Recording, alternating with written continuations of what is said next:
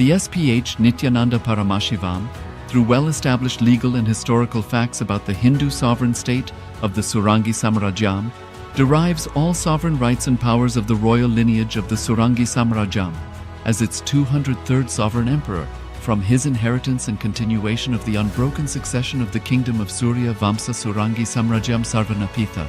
Surya Vamsa Surangi Samrajyam, through unification with 20 other sovereign Hindu states and sovereign ecclesiastical, historical entities, became part of the United States of Kailasa, which thus became a sovereign, independent juridical state, with the SPH Nityananda Paramashivoham as the sovereign.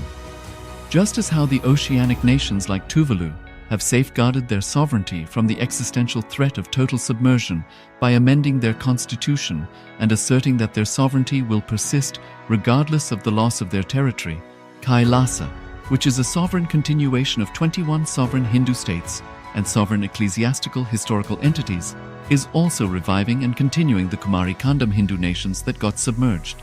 As per the doctrine of continuity, these facts imply that the Kailasa's statehood is recognized by international law and manifests as a natural outcome of well-established historical legal facts. Share your time, talent, and treasure. Become part of Kailasa. Sign up as an e-citizen https://kailasa.ecitizen.info. My love and respects.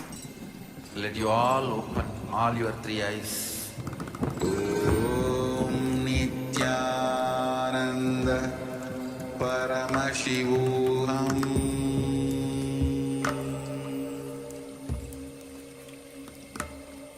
Om Nityananda Paramashivoham.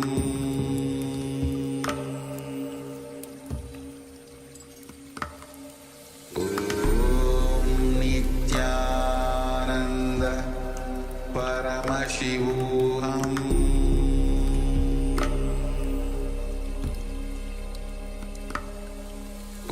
Om Nityananda Paramashivoham. Om Nityananda Paramashivoham.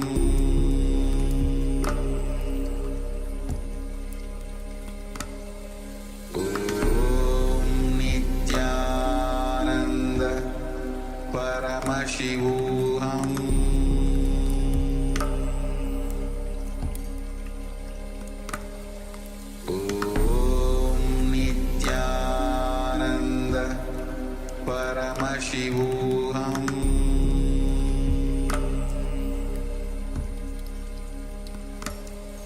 Om Nityananda Paramashivoham.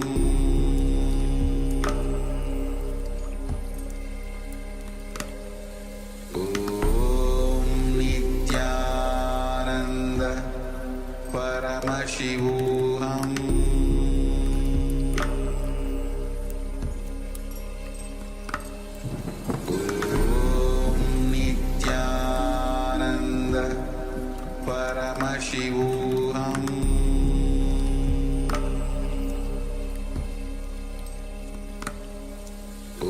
Om Nityananda Paramashivoham.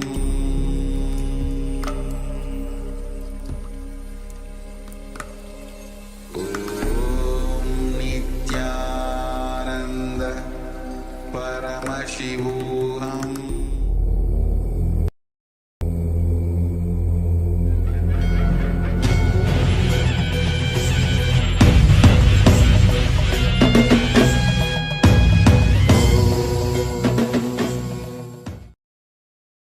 Welcome to the Pratama Vinyasa Krama 108 Asana sequence of Nityananda Yoga. Before we start the yoga session, we request all the male bodies to please remove your upper cloth, for yoga is a ritual, and male bodies remove the upper cloth for any Hindu ritual. All the female bodies, please tie up your hair, and we request all the participants to please wear a black dress, apply vibhuti on your forehead.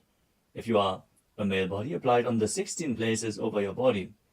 Apply kumkum and any aushadha from the Supreme Pontiff of Hinduism you have available. Wear your Rudraksha mala, the Abharanam, to intensify the energy which you can hold throughout the yoga practice. Also, make sure to keep a Shri Yantra, which is a sacred mandala, in your room where you practice the yoga. If you don't have a Shri Yantra available, don't worry. We are protecting it in the background of our acharyas. Now settle down on your yoga mat and get ready for the ritual of yoga. Sit straight with your head, neck and spine in a straight line. Join your hands in Namaskara Mudra in front of your heart center. Close your eyes. Visualize Swamiji in your inner space as we chant the Sadguru Vandanam. Nityanandam Paramasukadam Kevalam Jnanamurtim Dvandvatitam Gaganasadrasham Tattvamasyaadilaksham Ekam Nityam Vimalamachalam Sarvadhi Sakshibhutam Bhavatitam Trigunarahitam Sadgurum Tam Namami. Next, we are going to chant the Shiva Mula mantra. Om Ham Haum Shivaya Namaha 11 times. Please follow along internally. Om Ham Haum Shivaya Namaha. Om Ham Haum Shivaya Namaha. Om Ham Haum Shivaya Namaha. Om Ham Haum Shivaya Namaha. Om Ham Haum Shivaya Namaha. Om Ham Haum Shivaya Namaha. Om Ham Haum Shivaya Namaha. Om Ham Haum Shivaya Namaha. Om Ham Haum Shivaya Namaha. Om Ham Haum Shivaya Namaha. Om Ham Haum Shivaya Namaha. We will be performing the Tadvachamanam, the ritualistic cleansing. Now keep your hand, the right hand, in the shape of a cow's ear in the Gokarana Mudra, as our acharyas are demonstrating. Then take an udani of water, pour it into your right palm. We're going to chant a mantra thrice. Each time, sip the water from the bottom of your palm whenever the word Swadha is chanted. Om Atmatattvam Shodhayami Swadham. Take another udani of water. Om Vidyatattvam Shodhayami Swadham. Pour another udani of water into your palm. Om Shivadattvam Shodhayami Swadham. Now wash your right hand with the water from the Panchapacham and wipe your lips twice with the bottom of your thumb as we chant. Om Ham Hridayaya Namaha. Now wash your hand again. With the index, middle and ring fingers joined together, touch above the upper lip and below the lower lip. Wash your hand again. With the index fingers and thumbs joined together, touch the right nostril, the left nostril, and with the ring finger and thumb joined together, touch the right eye, left eye, and the right ear and the left ear. Wash your hand again. With the little finger and thumb joined together, touch the navel, the right chest and the left chest. And with all fingertips joined together, touch on top of the head, the right shoulder, left shoulder, and your heart center. Now wash your hand again. As you clasp the right hand over top of the left, place both hands on the right thigh. Set the Sankalpa, the conscious resolution, what it is that you want to manifest today, in today's Nityananda Yoga session, as we chant the Sankalpa mantra. Om Mamopatta Samasta Duridakshayadvara Bhagavat Shri Nityananda Paramashiva Prityartham Shri Nityanandeshwari Paramashiva Shakti Sameta Shri Nityanandeshwara Paramashiva Prityartham Cha Adya Purvokta Evam Guna Visheshena Vishishtayam Asyam Shubhadito Purana Arogya Yukta Dridagatra Yogika Sharira Siddhyartham Paramashiva Shakti Avishkaranartham Nityananda Yogabhyasam Karishye.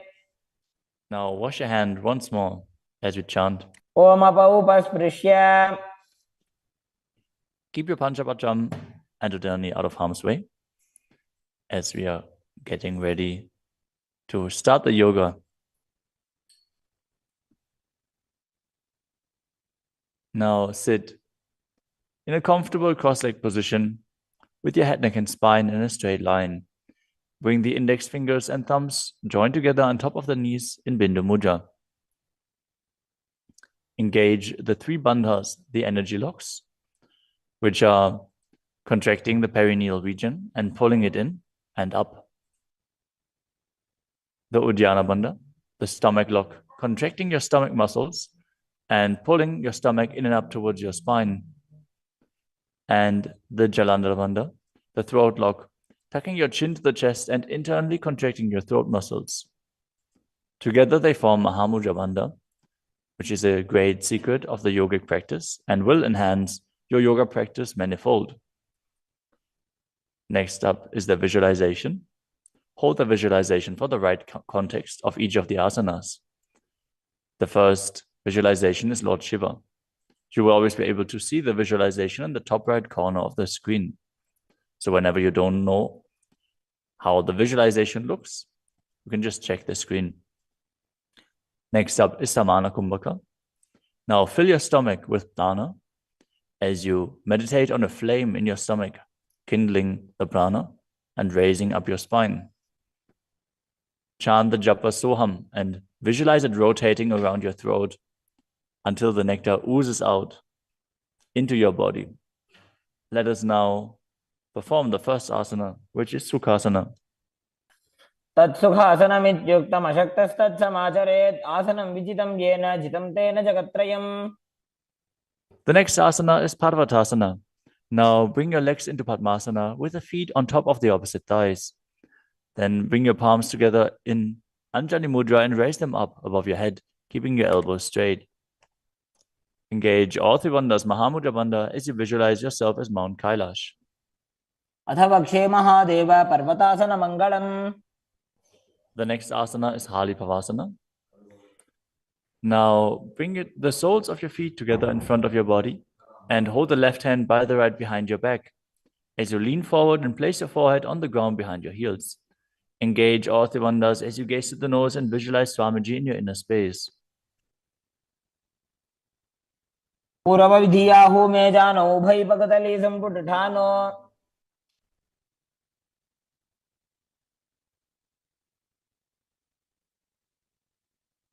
The next asana is Nagi Pavasana.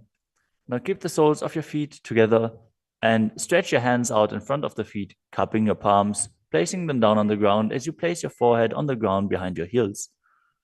Engage all 3 bandhas and gaze to the tip of your nose, visualizing yourself as a snake. पूर्वविधिपर्यागाने नीचौहौ वेकहुनि फनास्यो लगाई.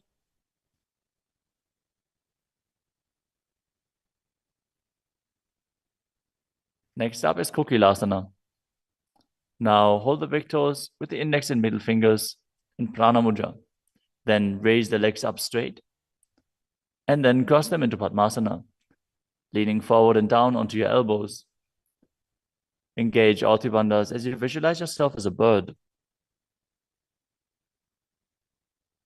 स्थान्यदासनं वक्ष्ये येन सिद्धो भवेन्नरः.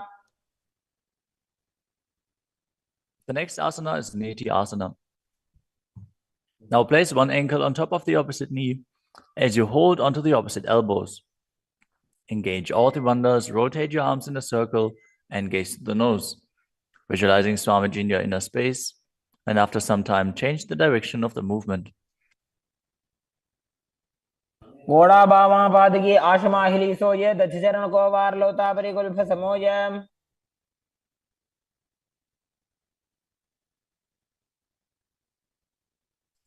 The next asana is Gajrasana. Now press your hands onto the ground, lifting your hips up high. Lower your head, then your chest, scooping the body forward and down again and again as you visualize yourself as an elephant. And perform Uddiyana Bandha, the stomach lock, and Mula Bandha, the root lock, as you do so. निब्जं पादाग्रे भूमौ कृत्वा लम्बी भूया मस्तकाग्रे निधाय.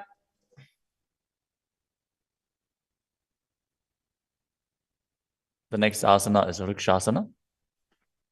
From the same position, alternate pressing the heel of one foot into the ground while lifting the other heel up.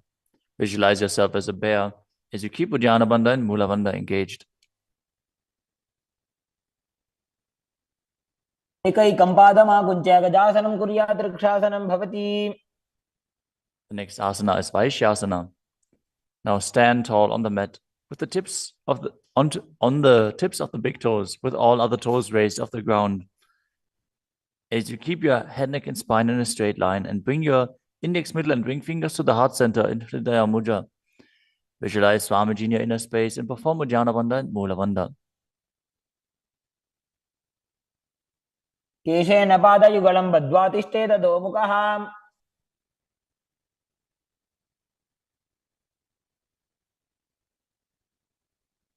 Next up is the Urdhva Janukarana. Stand with your heels touching, toes facing outwards at a 45-degree angle, and the knees bent in Arimandi. Now, bring both hands to the chest with the elbows parallel to the ground. Then lift one knee up towards the center of your body, followed along with the respective hand as you make circular motions on both sides again and again.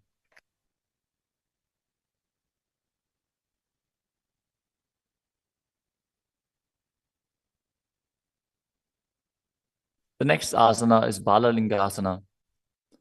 Now interlace your fingers from the outside in Sarvashankari Mudra and hold on to one knee, pulling it up towards your chest. Keep your head, neck, and spine in a straight line and visualize yourself holding a baby as you engage all three bandhas, Mahamudra Bandha.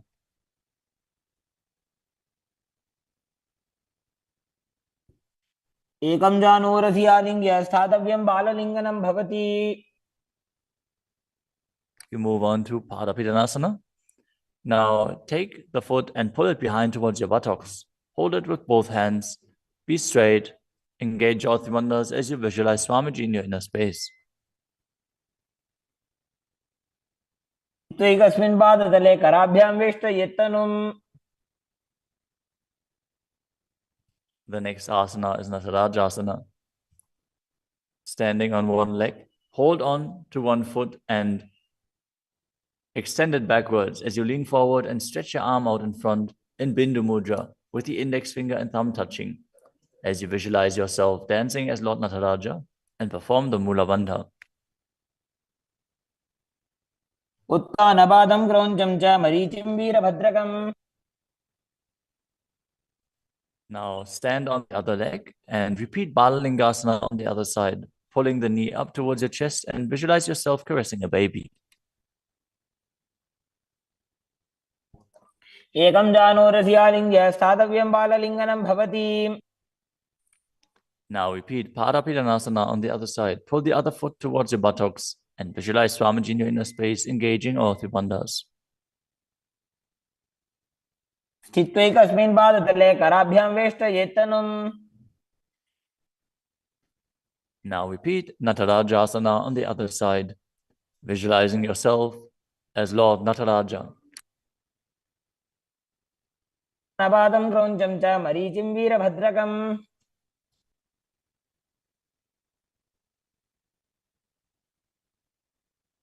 Next up is the Ardha Rechita Karana. From Arimandi position, bring the right foot behind the other with the toes down and the heel up. Keep the left hand at the chest and swing the right arm back and forth, gracefully moving the fingers one by one. Now keep the right hand over top of the nose, uncross your ankles, and repeat the movement on the other side.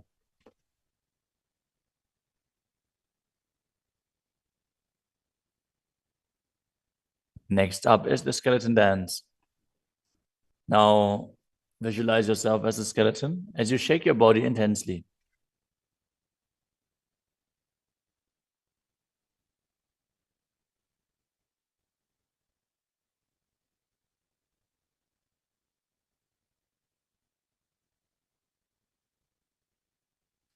We move on to Katichina Karana. From Arimandi, with the heels together, toes pointing outwards and the knees bent, bring your hands above your head with the arms crossed, palms facing backwards. Now open your hips to one side and open the arms along above your head. Return to the center and repeat the movement on both sides again and again.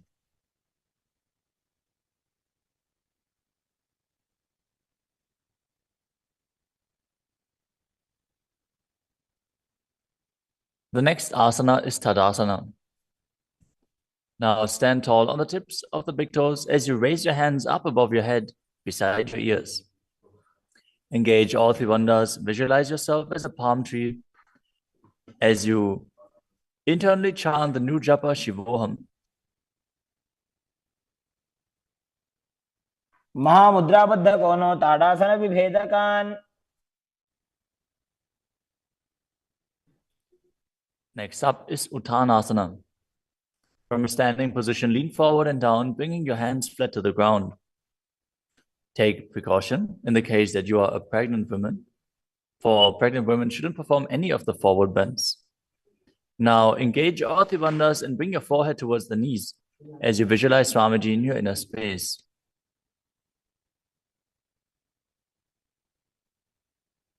महामुद्राबद्ध कोनो ताड़ासन विभेदकान्. The next asana is Tadakshvasana, the plank position. Now lower your body down onto your arms and feet as you tuck your chin to the chest and rotate your head from side to side, contracting your perineal region. Visualize Swamiji in your inner space. Keep breathing in the Samana Kumbhaka, filling your stomach with prana and visualizing a flame rising up your spine. गजासनवस्थित्वा मस्तकं वारं वारं दक्षिणकुक्षिं सव्यकुक्षिं नजेत्. The next asana is Bhujangasana. Now lower your entire body down onto your stomach as you keep the toes pointing backwards and your hands next to the chest. Now raise your head up using the strength of your lower back. Don't lift your body any higher than your belly button up. And open your mouth wide as you inhale through the hollow of your throat in Bhujangani Mudra. Visualize yourself as a cobra as you perform the Mula Bandha. अंगुष्ठनाभिपर्यन्तम् अधोभूमौ विनिन्यसेत्. The next asana is Shashasana. Now push your body up back into plank position and alternate bringing one knee in towards your chest back and forth as you visualize Swamiji in your inner space and calmly breathe through your nose in Sahadra Kumbhaka. जासन संस्थितो जानुद्वयमाकुञ्च्य वारं वारं कर्तव्यं शशासनं भवति. The next asana is Rathasana. From a tall plank position, place one foot in between the two hands as you simultaneously jump one foot back and bring the other one in between the hands. Alternate again and again as you visualize yourself as a chariot. गजासन संस्थितो एकैकं पादं पुरोमार्गेण भ्रामयित्वा कर्तव्यं रथासनं भवति. The next asana is Viravatrasana. Now keep one foot flat on the ground with the toes pointing forwards and the knee bent at a 90-degree angle. Now extend the other leg back, keep the knee straight and the toes pointed outwards. Raise your arms up parallel, pull the stomach in and up and gaze to your third eye, visualizing yourself as Lord Virabhadra as you perform Uddiyana Bandha and Mula Bandha. आशिष्टमदकौण्डिन्यमूर्धकुक्कुटमेव च. Now exchange the position of your feet and repeat Virabhadrasana on the other side. मदकौण्डिन्यमूर्धकुक्कुटमेव च. The next asana is Vrikshasana, the tree posture. Now stand and bring one foot to the inner thigh as you bring your palms together in Anjali Mudra and raise them up above your head. Keep your elbows straight as you gaze forward and visualize yourself as a tree. अमोरुमूलदेशे च जाम्यं पादं निधायतु. The next asana is Garudasana. Now bring the raised leg to the opposite hip. Join your hands in Namaskara Mudra in front of your heart center as you visualize yourself as Lord Garuda and engage the Mula Bandha. गरुडासनमावक्षे येन ध्यानं स्थिरं भवेत्. Now stand on your other leg and repeat Vrikshasana on the other side. वामोरुमूलदेशे च जाम्यं पादं निधायतु. Now repeat Garudasana on the other side, keeping the standing leg as straight as a rod and visualizing yourself as Lord Garuda. गरुडासनमावक्षे येन ध्यानं स्थिरं भवेत्. The next asana is Trikonasana. Now stand and step one leg forward and the other one far back, keeping the front toes pointing forwards and the back toes facing sideways. Now bring your hands parallel to the ground and lean forward and down as you keep one hand down and the other one raised up. Gaze upwards, visualizing yourself as a triangle as you perform the Mula Bandha. उत्तानपादं क्रौञ्चं च मरीचिं वीरभद्रकम्. Exchange the position of your feet. Step the other leg forward as you repeat Trikonasana on the other side. उत्तानपादं क्रौञ्चं च मरीचिं वीरभद्रकम्. Next up is the Nikuttaka Karana. From Arimandi position, heels touching, toes pointing outwards and the knees bent, raise one heel off the ground and bring your hands in front of the heart center with the palms facing each other. Now stump the rest heel to the ground, raise the other heel up and exchange the position of your hands again and again.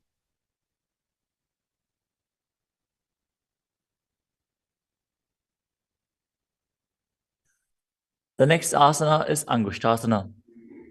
Now lower your body down onto the tips of your toes, placing the perineum on the back of your heels. Raise your knees off the ground and keep them together as you join your palms in front of your heart center in Namaskara Mudra.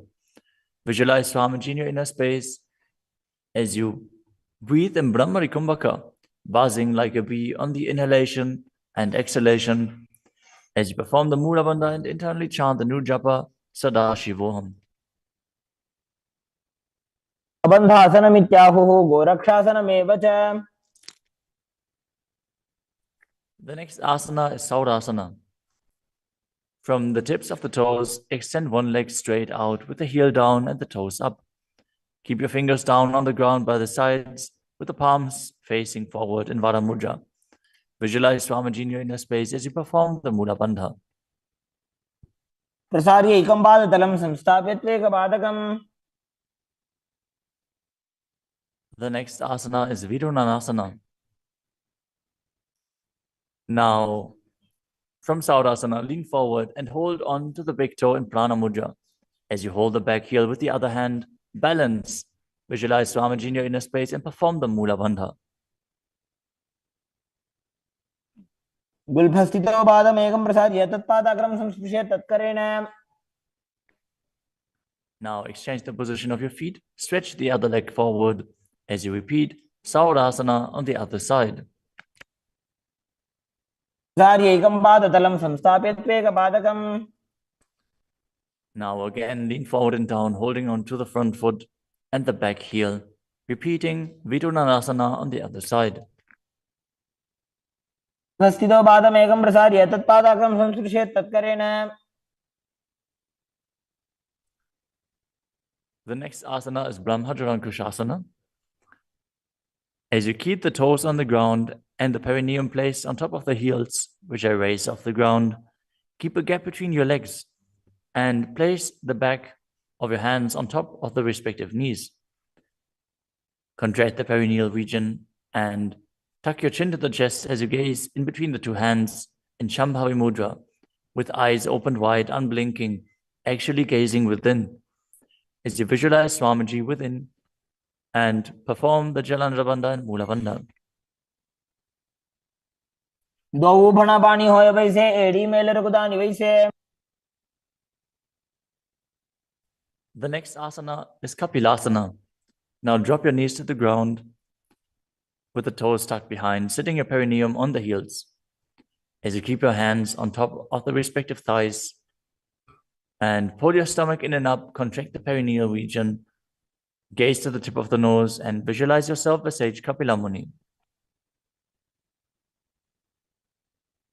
उभय पगदली समटारावे तिनकी Mahuli core मिलावे.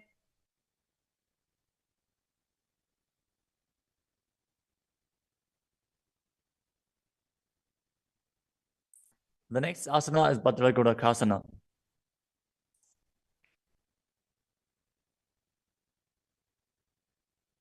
Maintain the same position as you shift your gaze up to the third eye. Visualize Swamiji in your inner space as you buzz like a bee in Brahmari Kumbhaka.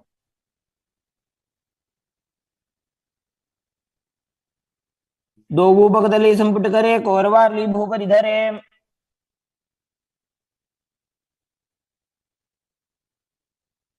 The next asana is Suryasana. Now sit with your toes tucked, perineum placed on top of the raised heels. As you bring your thumbs and little fingers together in Padma Mudra, opening up the palms resembling a lotus flower. Now raise your hands up above your head as you gaze up in between the gap between the palms, visualizing yourself as Lord Surya.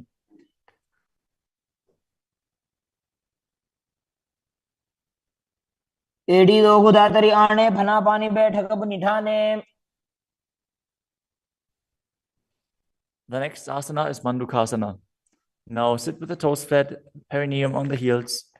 As you keep your hands on top of the knees, lift the tongue up against the roof of your mouth. As you catch the nectar of immortality dripping from the Sahasrara chakra with your frog tongue, as you visualize yourself as a frog in Manduki Mudra. Gaze to your third eye, breathe calmly through your nose in Sahaja Kumbhaka as you perform the Mula Bandha. तलो पृष्ठदेशे अंगुष्ठे द्वे च संस्पृशेत्.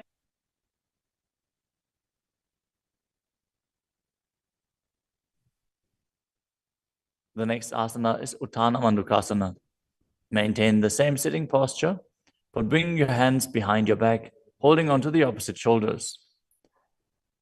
Gaze to your third eye, visualize yourself as a frog as you keep your tongue pressed against the palate of your mouth in Manduki Mudra. Perform Uddiyana Bandha and Mula Bandha as you do so.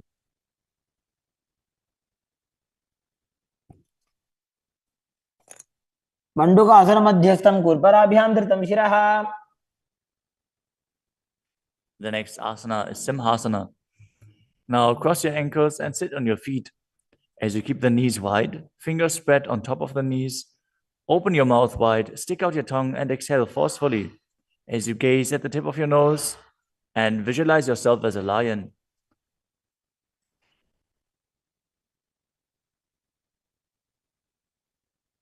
दक्षिणं सव्यगुल्फेन दक्षिणेन ततेतरम्. The next asana is Bhadrasana. Now sit with your heels under the perineum, the knees opened wide. Then cross your hands behind your back and hold onto the big toes in Prana Mudra. As you gaze at the tip of your nose, visualize Swamiji in your inner space and return to buzzing like a bee in Brahmari Kumbhaka. गुल्फौ च वृषणस्याधो व्युत्क्रमेण समाहितः. The next asana is Kakabusandhi asana. Now squat and keep the feet flat on the ground as you keep your knees opened wide and bring your arms in and around the raised knees. Interlace your fingers behind your back if you can. As you visualize yourself as a crow and gaze to the tip of your nose as you engage the Mula Bandha.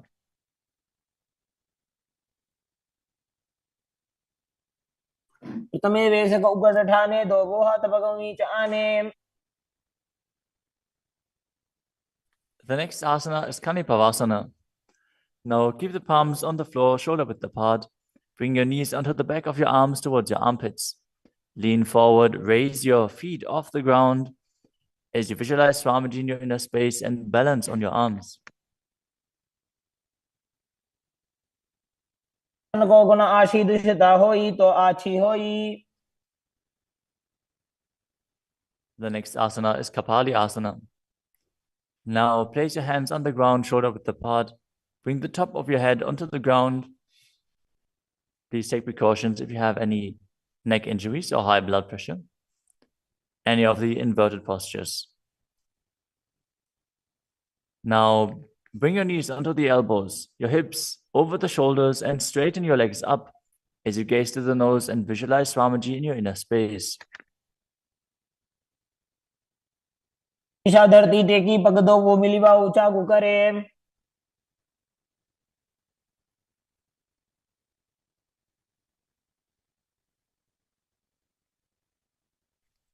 The next asana is Parshvamayurasana. Now squat on the toes with the legs together, twist your body and place both hands to the side as you align your elbows with the knee and hip and lean onto your arms, balance, extending your legs to the side. Gaze to your third eye as you visualize yourself as a peacock and exhale fully in Rechaka Kumbhaka as you hold your breath in the exhaled state. Perform the Mula Bandha as you do so. मयूरं दण्डवत् कुर्यान् मायूरं दण्डनामकम्. Now, twist your body in the other direction and repeat Parashvamayurasana on the other side. मयूरं दण्डवत् कुर्यान् मायूरं दण्डनामकम्. The next asana is Bhairaganathasana. Now place both hands on the ground, shoulder width apart. Stretch your legs back straight into Tadakshvasana, the plank position. As you step one foot outside the respective shoulder and bring it in between the two hands. Gaze to your third eye. Visualize yourself as Lord Kala Vaidava. As you breathe in your Rechaka Kumbhaka and perform the Mula Bandha. आसन की गुण पीती जागी. Now, step the front foot back and step the other foot outside the shoulder in between the hands. Gaze to your third eye in Shambhavi Mudra with the eyes open wide, unblinking, as you visualize yourself as Lord Kala Bhairava.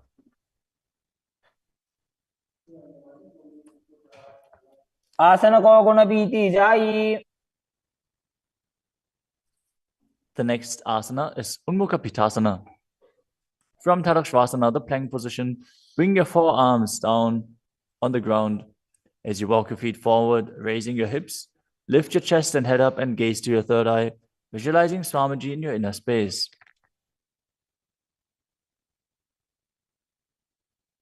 भून्यस्थो जानुनी हस्तौ चतुष्पदम वाङ्मुखम्.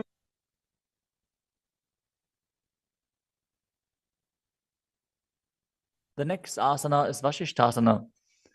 From Tadakshvasana, rotate your body onto one hand and raise the opposite hand up. Keep the balancing hand directly beneath your shoulder as you raise your hips and gaze up towards the sky, visualizing yourself as Sage Vashishta as you perform the Mula Bandha. ऊर्ध्वकुक्कुटवासिष्ठ मरीचिहलमत्स्यकम्. Now twist your body in the other direction. Balance on the other hand as you repeat Vashishthasana.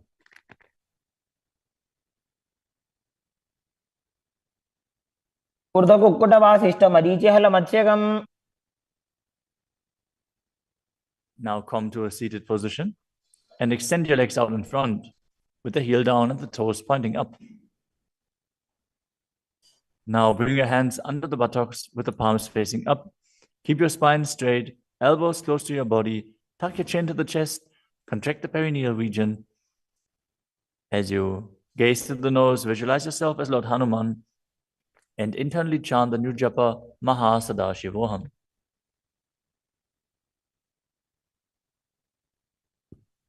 दो Booker की उभय हथेली कोरवार ली मैले भेली.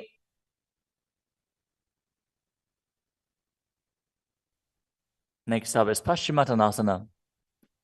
Now visualize Swamiji in your inner space as you lean forward and down, holding onto the big toes in Prana Mudra. Perform Mahamudra Bandha, all three bandhas engaged, and exhale all the air from your lungs in Rechaka Kumbhaka. जानो बरिललाटन्तो पश्चिमं दानमुच्यते. The next asana is Ugrasana. With your legs straight, interlace your fingers behind your neck. Lean your chest forward and down, bringing your head to the knees by the strength of your core. Engage all three bandhas as you visualize Kali in your inner space. शुभानिभ्यां दृढं धृत्वा जानो परिशिरोऽन्यसेत्. The next asana is Marichi Asana. Now, sit with the legs extended, bring one heel to the groin with the knee raised, and reach your arm in and around the raised knee as you clasp your hands behind your back. Bring your chest to the thighs, head to the knee, and visualize yourself as Sage Marichi. उत्तानपादं क्रौञ्चं च मरीचिं वीरभद्रकम्.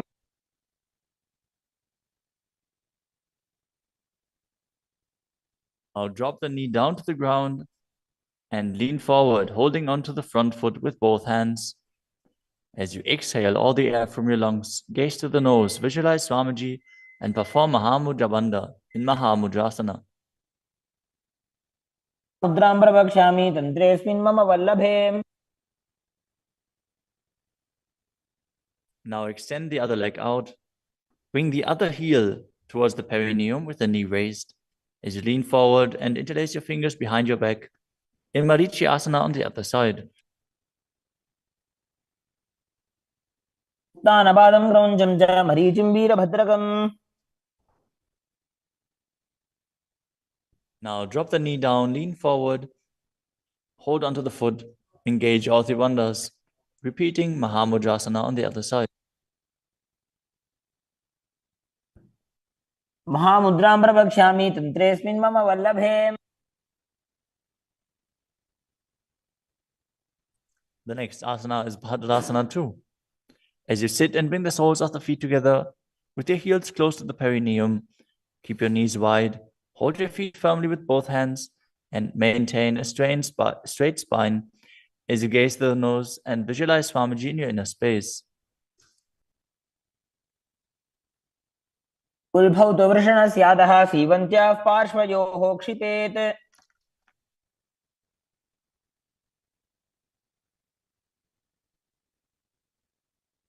The next asana is Gvalipavasana. From Bhadrasana, extend your feet away from your body. Keep the toes together, heels apart, knees wide open. As you place your hands on the respective knees, tuck your chin to the chest and gaze to the nose. Visualize Swamiji in your inner space. Perform the Jalandhara Bandha and Mula Bandha.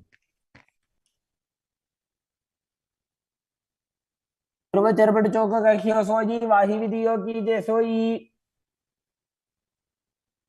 The next asana is Joni Asana. Now sit, keep the soles of the feet together and the heels close to your perineum as you visualize the Yoni Mandala, which is projected on the screen. Now hold the soles of the feet as you lean forward and down and bring the forehead to the feet as you gaze to the nose and perform the Mula Bandha.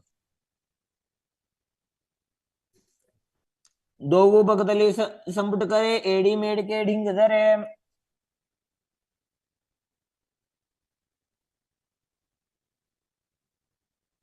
The next asana is Midaki Pavasana. As you sit and keep the heels together, toes apart and the knees wide, lean forward and down and extend your hands out to the side. Keep the palms facing down on the ground to the sides as you bring your forehead to the ground behind your heels. Gaze to your nose, visualize Swamiji and perform the Mula Bandha. पूर्व विधि परिबगधली संपुट शोल एड़ी मिली राशे. Next up is Siddha Samadhi Asana. Now sit and keep the toes together, heels apart. As you bring your arms below the shins, extend them out to the sides and keep the palms facing up. Bring your forehead to the ground above your feet as you bring your toes near your throat if you can. Gaze to the tip of your nose, visualize Lord Surya in your inner space and perform the Mula Bandha. दोवो बगतली संपुट करे शोले मेड़ आगा में धरे. Next up is Chinaki Pavasana. Now sit and keep the heels together, toes apart, as you hold the feet and open them up like a book, bringing the backs of your hands onto the ground and the elbows pressing down on the thighs. Gaze to the nose and visualize Swamiji in your inner space. दो बगांगी एड़ी धरती मगिवा मेड़ लगावे. The next asana is Chadapata Chukasana.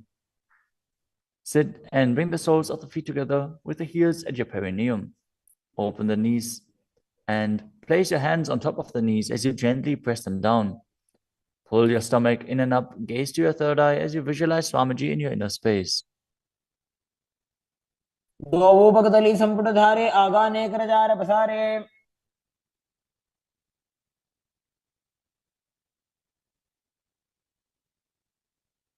The next asana is Bhairavasana. Now sit and bring the soles of the feet together with your knees open wide.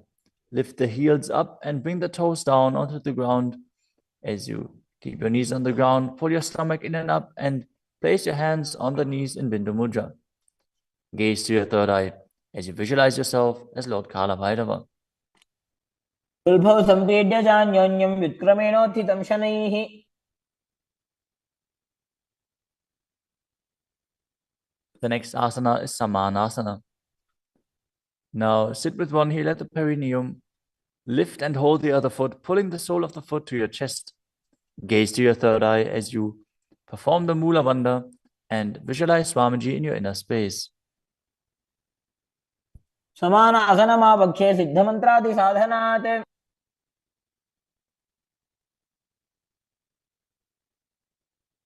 The next asana is Apanasana. As you sit, place one leg on top of the respective shoulder and raise the other foot upwards and straight. Keep the hands on the ground to the sides as you gaze to your third eye and visualize Swamiji in your inner space. परं पादमेकं च स्कन्धे चारोपि यत्नतः. Now repeat Samanasana on the other side. Bring the other heel towards your perineum and pull the opposite foot towards your chest. समानासनमावक्षे सिद्धमन्त्रादिसाधनात्. Now repeat Apanasana on the other side. Bring the other leg over top of the respective shoulder, extending the opposite leg forward and up.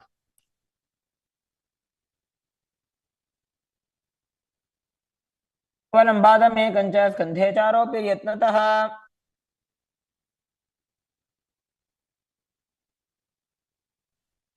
Next up is Gomukhasana. Now sit and cross one leg over the other, aligning the knees at the center of your body with the feet by the opposite hips. Place both hands on top of the stacked knees as you gaze to the nose, visualize the face of a cow, and perform the Mula Bandha. Start breathing in Siddhkari Kumbhaka, pressing your tongue against the palate of your mouth without touching the teeth and hissing through your teeth while inhaling. Internally chant the new japa Om Nityanandoham. सर्वे दक्षिणगुल्फं तु पृष्ठपार्श्वे नियोजयेत्.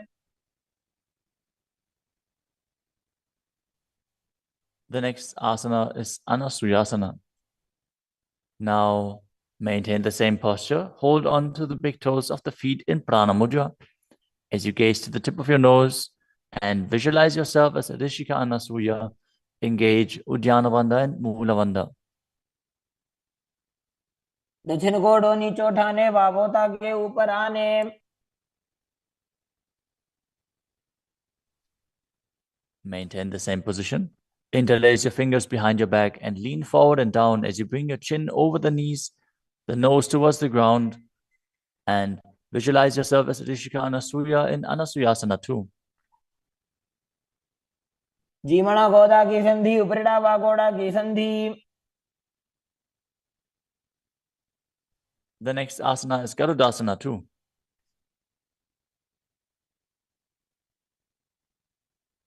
Now sit on the ground with one heel pressed against the perineum. As you keep the opposite foot flat on the ground with the knee raised to your chest. Keep the hands on the respective knee. As you visualize yourself as Lord Garuda, gaze to the nose and perform the Mula Bandha. दावोपगमोडी एडी माहिलो गुल्फ मूलद्वारणी चैदे.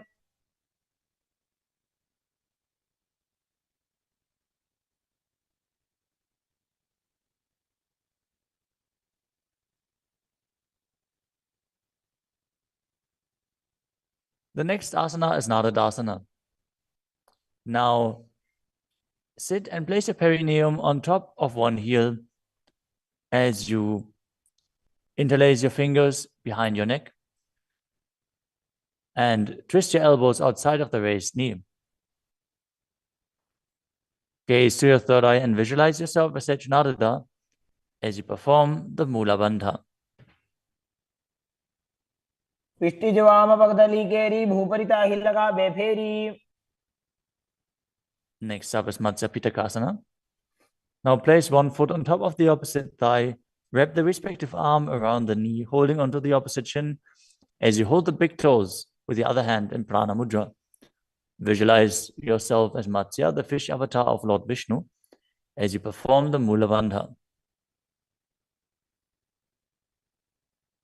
नवामाङ्गुष्टन्तो गृहीतं मत्स्यपीठकम्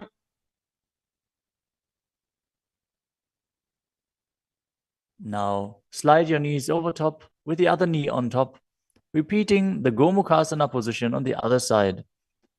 Gaze to the nose and visualize the face of a cow as you keep hissing through your teeth without the tongue touching your teeth. In Siddhkari Kumbhaka.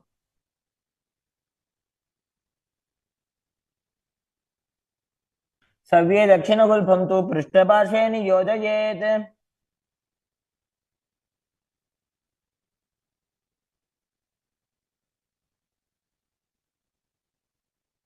Next up is Anasuyasana on the other side. Hold onto the big toes as you visualize yourself as Rishika Anasuya.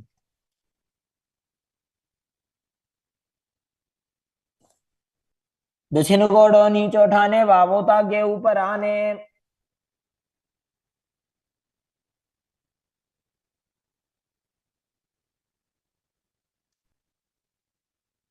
Now, from the same position, interlace your fingers behind your back and lean forward and down, chin over the knees, nose towards the ground in Anasuyasana 2.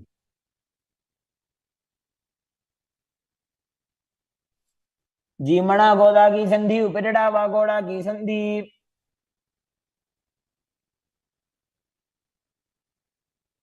Now repeat Garudasana 2 on the other side, bringing the other heel towards the perineum, knee raised, hands on the knees, as you visualize yourself as Lord Garuda. डावो पगमोड़ी एड़ी माहिलो गुल्फमूल द्वार नीचे दे Next up is Narudasana on the other side. Raise the perineum onto the heel, interlace your fingers behind your neck, and twist your elbows outside of the raised knee, visualizing yourself as Sage Naruda. पिष्टिजवाम पगदली केरी भूपरिता हिलगा वे फेरी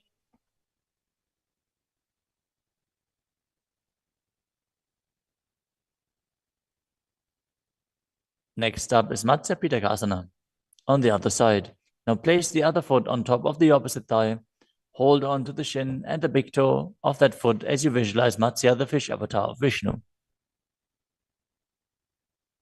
women वामाङ्गुष्टन्तो गृहीतं मत्स्यपीठकम् Next up is Matsendrasana.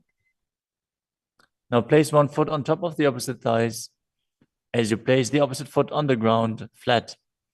Twist and bring the elbow outside of the raised knee. Keep your raised arm by the neck. Turn your head back and gaze to your third eye, visualizing Matsyendranath, the great sage and master of Hatha Yoga. उदरं पश्चिमाभासं कृत्वा तिष्ठति यत्नतः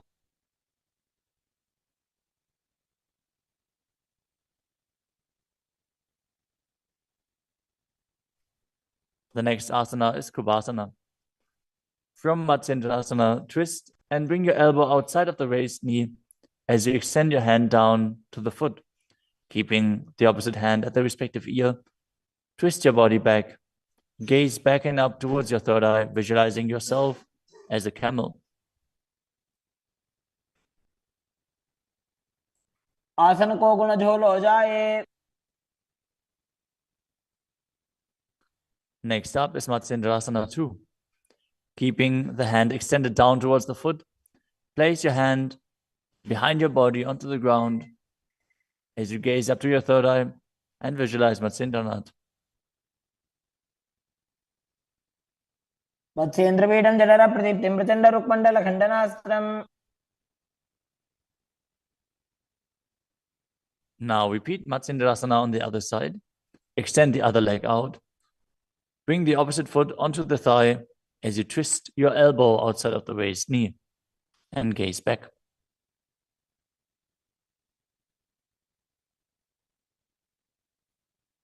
उदरं पश्चिमाभासं कृत्वा तिष्ठति यत्नतः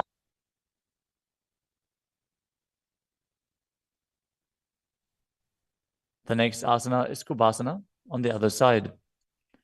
Now hold on to the front big toe and prana mudra as you keep the other hand towards the respective ear, gazing back and up towards your third eye and visualizing yourself as a camel. आसन को गुण झोल हो जाए. The hand to the ground behind you. Twist your body even further as you visualize Matsyendranath in Matsyendrasana too.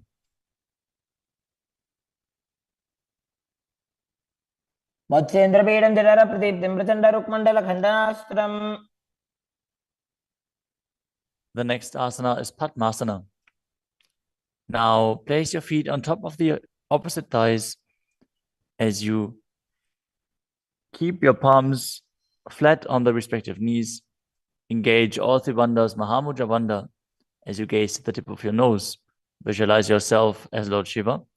Breathe in Sitali Kumbhaka, now pressing your tongue against the back of the teeth, hissing while inhaling as you internally chant the new japa Om Nityananda Mahasada-Shivoham. आसनं द्विविधं प्रोक्तं पद्मं वज्रासनं तथा. The next asana is Padmasana too. As you sit in Padmasana, cross your hands in front of your body and hold onto the big toes in Prana Mudra. Gaze to the nose, visualize yourself as Goddess Parvati, the consort of Shiva, as you perform the Mula Bandha. चरणौ कृत्वा ऊरू संस्थो प्रयत्नतः. The next asana is Kukutasana. Now sitting in Padmasana, place your hands on the ground between the two thighs as you lift your body up off the ground. Visualize yourself as a rooster as you breathe calmly in Sahajra Kumbhaka and perform the Mula Bandha. पद्मासनं सुसंस्थाप्य नान्बोरोरन्तरे करो.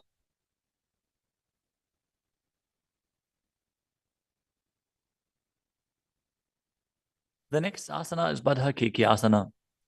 From Padmasana, raise up onto the knees as you bring your hands flat on the ground with the fingers pointing backwards. Keep the elbows together, press them against the navel, and then lean forward. Find balance and extend your knees up off the ground. Visualize Swamiji in your inner space as you perform the Mula Bandha.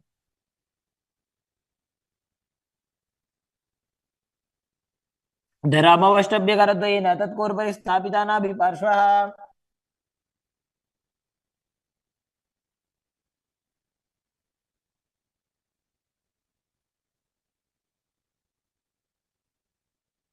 The next asana is Mayurasana. While on your knees, place your palms on the ground with the fingers pointing backwards. Keep your elbows at the navel, lean back, lean forward, find balance, and extend your legs up off the ground, visualizing yourself as a peacock as you perform the Sahajra Kumbhaka and engage the Mula Bandha.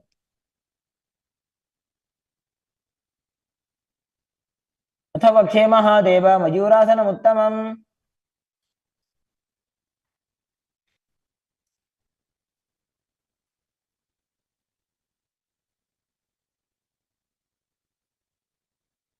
Next up is Makarasana. Lay down on your stomach with the feet pointing outwards and the forehead on the mat. Interlace your fingers behind your neck as you visualize yourself as a crocodile and perform the Mula Bandha. अध्यासशेते हृदयं निधाय भूमौ च पादौ च प्रसाद्यमानौ. As you lay on your stomach, place your hands on the ground beside your chest. Raise your legs up, bring the thighs off the ground, visualizing yourself as a locust. In Shalabhasana. अध्यासशेते करयुग्मवक्षो भूमिमवष्टभ्यकरयोस्तलाभ्याम्. The next asana is Ushtrasana. As you lay on your stomach, bring your hands to the feet. Pull the feet down towards the ground outside of your hips.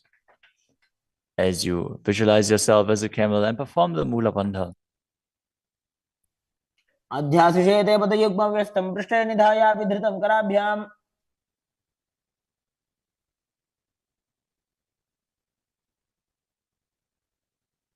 The next asana is Dhanurasana. From Ushtrasana, tighten the grip on your feet and kick the legs back and up as you lean forward and lift your chest off the ground. Gaze up to your third eye. and visualize yourself as Pinaka, Lord Shiva's bow. Perform the Mula Bandha as you do so.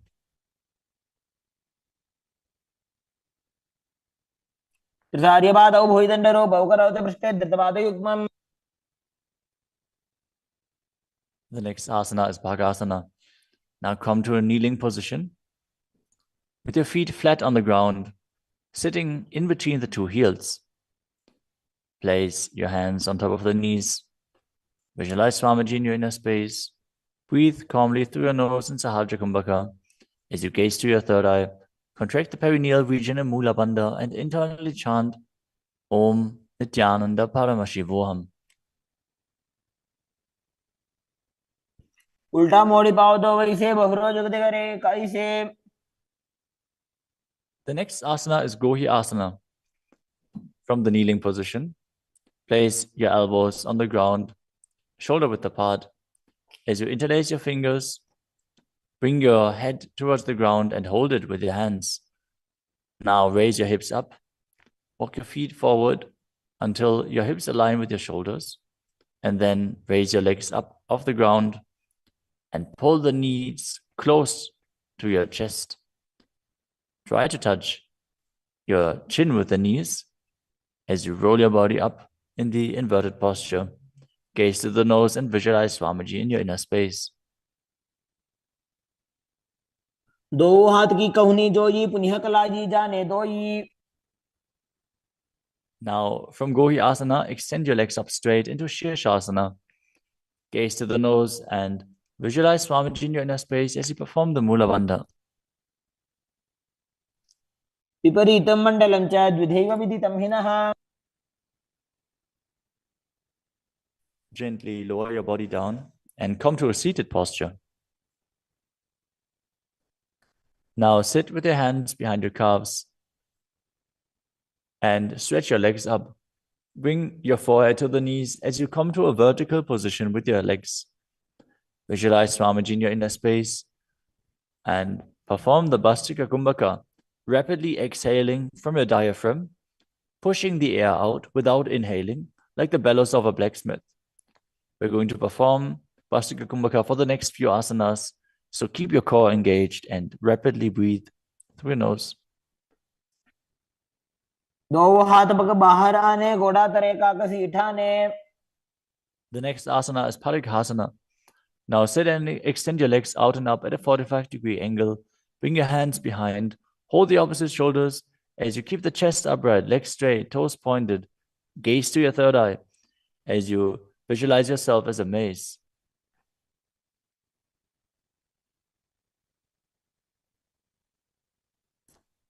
उत्तानशयनं कृत्वा पादौ मिलित्वा प्रसार्य. Keep breathing rapidly as you sit and extend your legs out and up at a 45-degree angle.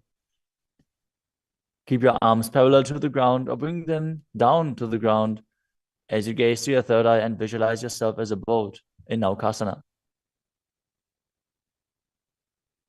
तानशयनं कुर्पराभ्यां भूमिमवष्टभ्य. Next up is Rudrasana. Now sit and lift your feet up. Scoop your hands under the heels and pull the feet towards your chest. Keep your spine upright. Gaze to the nose as you visualize yourself as Lord Rudra. Perform the Mula Bandha as you do so. पगदली संपूटक हाथस्योपक ऊंचाई. The next asana is Unmukha Pitasana too. Now lay down on your back with the feet flat on the ground, the knees raised up. Bring your palms down to the ground with the fingers just touching the back of your heels. Lift your hips up high. Press the feet into the ground as you tuck your chin to the chest, gaze to the nose, and visualize Swamiji in your inner space. ऊर्ध्वे च जानुनी कृत्वा शवित्वोर्ध्वमुखं तथा उत्थाप्य हस्तौ तिष्ठेत्तु पीठ उन्मुख नामके. Now lower your body down flat onto the ground. Keep the palms facing up next to your hips.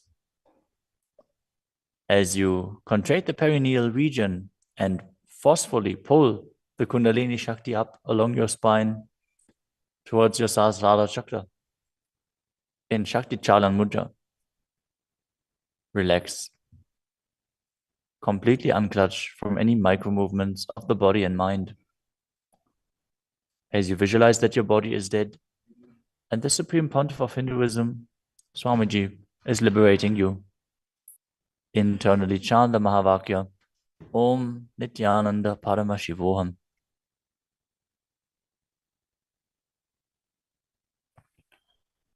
उत्तानं शववद्भूमौ शयनं तोषवासनं शवासनं श्रान्तिहरं चित्तविश्रान्तिकारकम्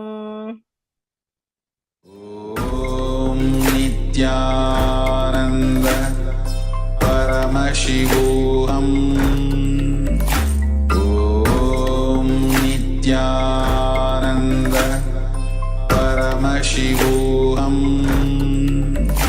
ॐ नित्यानन्द परमशिवोऽहम् ॐ नित्यानन्द परमशिवोऽहम् ॐ नित्यानन्द परमशिवोऽहम् ॐ नित्यानन्द परमशिवोऽहम् ॐ नित्यानन्द परमशिवोऽहम् ॐ नित्यानन्द परमशिवोऽहम् ॐ Nityanand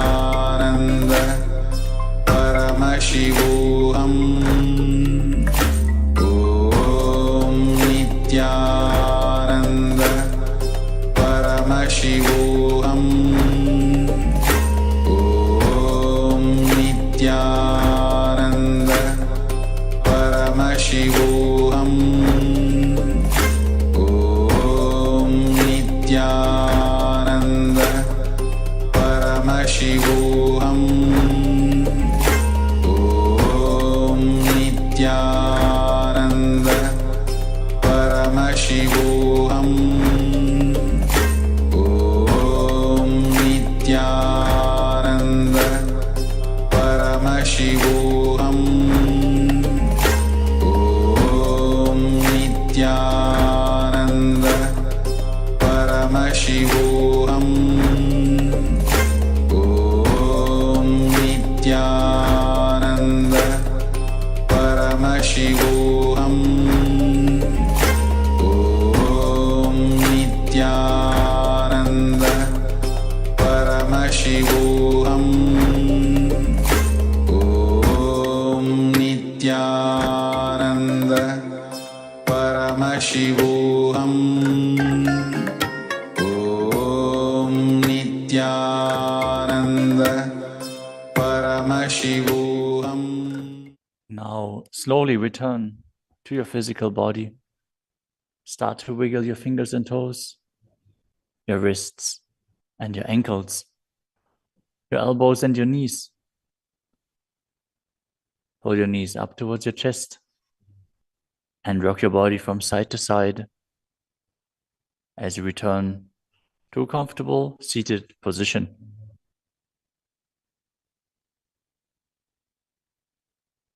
Congratulations! You completed the first 108 asanas of the sequence, which are the Pratama Vinyasa Krama. We are now going to continue the sequence with the next asana, which is Yathasana Nishthasana. Now sit in a posture that brings ease to your physical and mental space. Bring your hands on top of the knees in Bindu Mudra. Visualize Swamiji in your inner space. Breathe in Samana Kumbhaka, filling your stomach with prana and meditating on the flame kindling in your stomach as you perform the Mula Bandha and internally chant the Mahavakya, Om Nityananda Paramashivoham.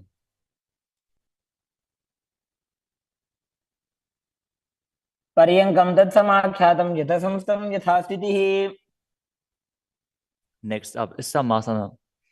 Now sit in a cross-legged position Keep your hands on the knees with the thumbs and index fingers touching. Take a long, deep inhalation and hold your breath. After exhaling, breathe deeply in and out, visualizing Swamiji and performing the Mula Bandha. इदानीं गर्भिणीनां योगाभ्यासो यथा लघु.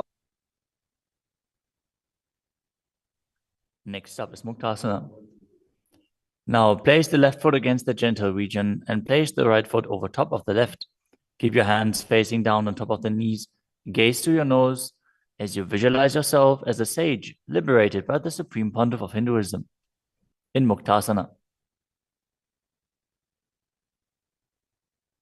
निबीड्य सीविनीं सूक्ष्मां दक्षिणेतर गुल्फतः. Next up is Siddhasana. Maintain the same position as Muktasana. As you switch your gaze to your third eye, visualize Swamiji in your inner space and perform the Mula Bandha. स्थानुसंयमितेन्द्रियो चलदशा पश्यन् भ्रुवोरन्तरं चैतन्मोक्षकपातभेदजनकं सिद्धासनं प्रोच्यते. The next asana is Siddhi Asana. Now maintain the same position as in Siddhasana. Switch your gaze to the ground in front of you as you engage all Tribandhas and visualize Swamiji in your inner space. वामपादके इडीजानो सीवनिमधितासुकोठानो. The next asana is Rudrasana too. Keep your legs in the same position as Siddhi Asana. Rotate your hands on top of the knees into Bindu Mudra. Switch your gaze to the third eye. Visualize yourself as Lord Rudra as you perform the Mula Bandha. वामचरण परिदक्षिणे दाखे एकजुगति ऐसे विधि दाखे. Next up is Santadunasana. Now maintain the same position. Switch your gaze to the nose and embody tranquility and an unshakable nature. आसन की गुण मन की चंचलता मीटे. Next up is Siddhasana too. Maintain one heel on top of the other as you bring your hands to the navel, cupping your palms over the other, resembling a lotus flower in Samputa Mudra as you visualize Swamiji in your inner space and perform the Mula Bandha. ऋजुकाय समासीन सिद्धासनमुदीरितम्.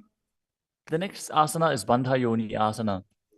In this asana, we are going to perform the Shanmukhi Mudra, which can increase blood pressure. So if you have blood pressure related issues, don't perform this asana. At least pay attention to your body and practice caution. Now set your sankalpa of manifesting through the womb of creation as you maintain the same sitting posture, and then exhale fully as you bring your little fingers beneath the bottom lip, ring fingers above the upper lip, middle fingers closing the nostrils, ring fingers over the eyes, and the thumbs closing the ears. मध्ये महादेव बन्धयोन्यासने शृणु. The next asana is Virasana.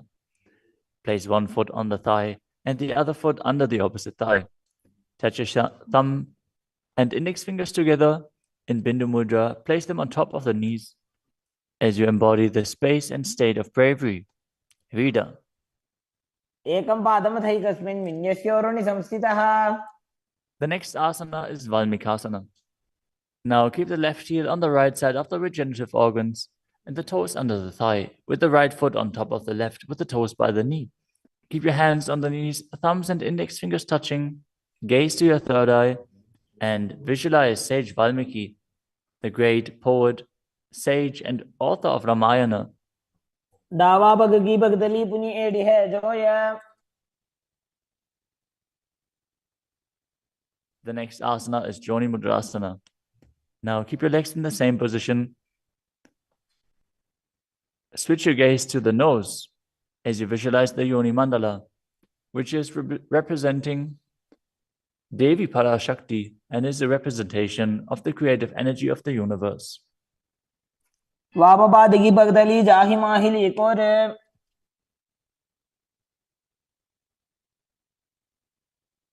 Next up is Yoni Asana.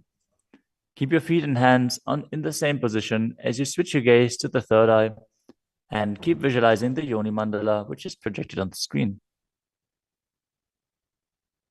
योन्यासनं पर्वतेन योगं योगफलेनिलम्. The next asana is Bhadrasana 3. As you sit and bring the soles of the feet together, holding them with both hands, bring your knees down towards the ground, gazing to the tip of your nose, visualizing Lord Viravaja in your inner space as you perform Uddiyana Bandha and Mula Bandha. गुल्भौ च वृषणस्यादः सीवञ्च पार्श्वयोः क्षिपेत्.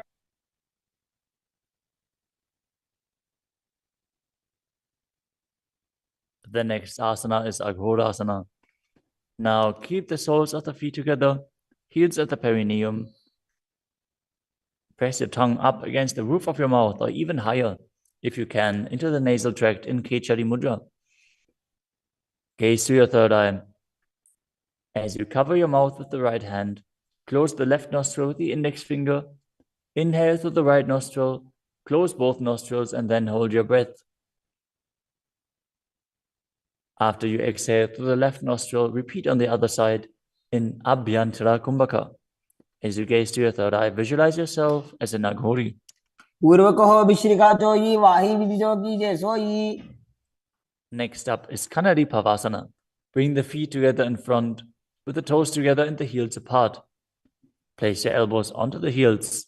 As you rest your chin on the palms, gaze to the tip of your nose and engage Uddiyana Bandha and Mula Bandha. As you perform Rechaka Kumbhaka, fully exhale and hold your breath in the exhaled state as you visualize yourself as a female elephant drinking water.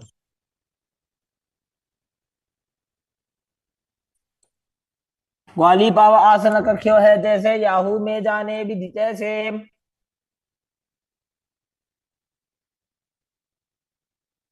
Next up is Padasana. Now sit with the knees raised, arms between the thighs and calves, and interlace your fingers as you lift your feet off the mat. Gaze to the nose and visualize Swamiji in your inner space as you perform the Mula Bandha. ततोर्धुम्रे तजेत वायुं मृदुनिश्वास संयुतम्. The next asana is Gopi Chandasana. Now interlace your fingers around the feet with the soles together and place the toes at the groove of your throat, the heels on your chest. Tuck your chin onto the hands and gaze to the nose, embodying the state and space of a king as you perform the Mula Bandha. पूरव विधि बगा का अंगूठा कंठकूप राशे. The next asana is Uddarasana. Now sit with the soles of the feet together. Insert your hands underneath the legs as you hold the feet with interlocked fingers. Bring your feet up to the chest. Bring your head down and touch the chin to the soles as you gaze to the tip of the nose and visualize your body free from any defects. दोवो बगदली संपुटटाने उभय हस्तकरी उरद हिताने. Next asana is Vishishtasana. From the same position, raise your feet up even higher. Bring your feet in front of your face with the interlocked fingers in front of your forehead. Visualize yourself excelling in everything as you perform the Mula Bandha. दोवो बगदली जोड़ी संपुट करे. The next asana is Bhujasana. From a seated position, lift both legs over top of the respective shoulders as you bring your arms underneath the legs and up, interlacing your fingers around the back of your neck.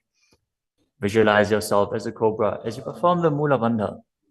शिरासनं त विज्ञेयं कक्षासनमतः परम्. The next asana is Kalyanasana. Now maintain a seated posture, raise your legs up and bring your elbows under the knees as you wrap your arms around your back with the palms clasped behind. Gaze to the tip of your nose and visualize yourself as a beautiful, auspicious goddess. दोवो हाथ बगों बीच आने तिनको गोड़ा नीचे ठाने. The next asana is Sankatasana.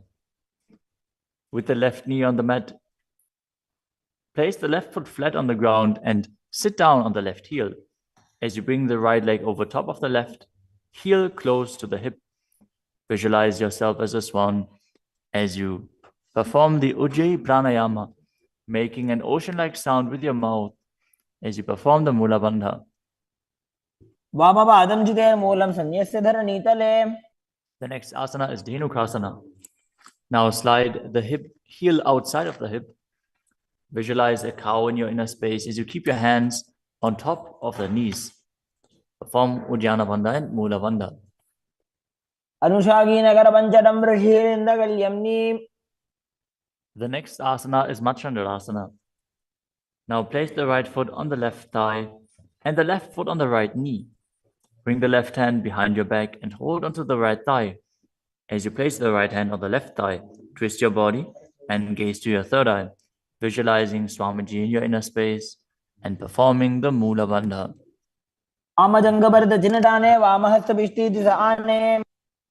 Next up is Machandrasana 2. From Machandrasana, untwist and hold onto the respective big toes in Prana Mudra. As you lean your forehead down so it touches the ground, as you place your chest down on the heels, visualize Swamiji in your inner space and perform the Mula Bandha.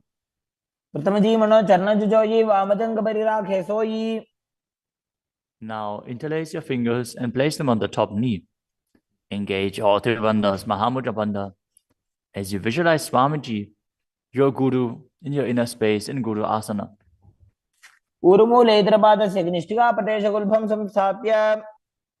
Now again, sit down on the heel, this time on the right foot. As you keep the top of the foot on the ground and interlace your fingers on top of the other knees, visualizing yourself as a swan. Now slide the heel outside the hip. Place both hands on top of the up knee as you visualize a cow in your inner space in Dhenukasana on the other side.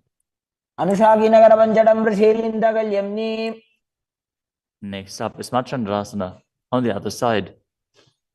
Bring the left foot on the right thigh and the right foot on the left knee. Twist your body. Keep one arm behind your back and hold on to the opposite thighs as you gaze to the third eye and visualize Swamiji in your inner space.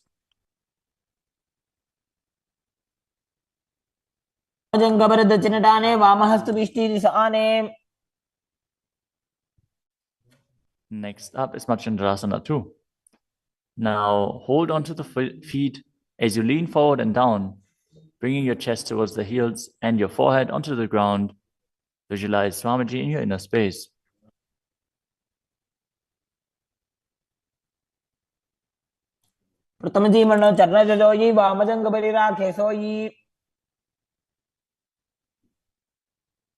Now place your hands interlaced on the top knee as you visualize Swamiji, your Guru, in Guru Asana, engaging all three bandhas.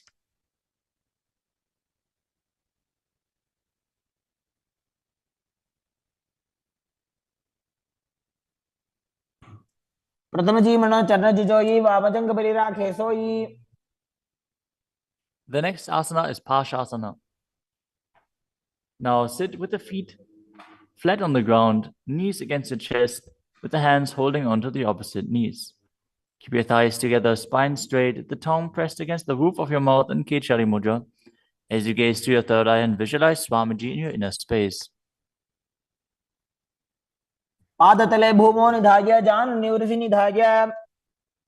The next asana is Bodha Shukrasana.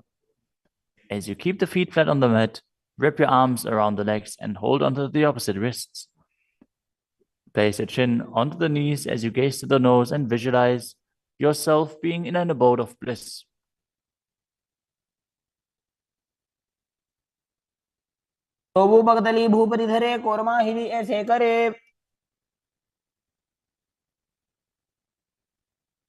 The next asana is Kudakatasana. Maintain the same position, but place your arms under the knees and hold onto the opposite elbows. Gaze to your nose. Keep your tongue pressed up in Kechari Mudra, visualizing Swamiji in your inner space.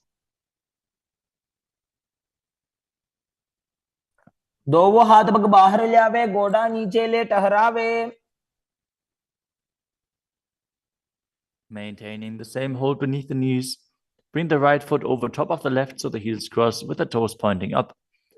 Gaze to your nose and visualize the great sage and Maharishi Sumati in Sumati Asana.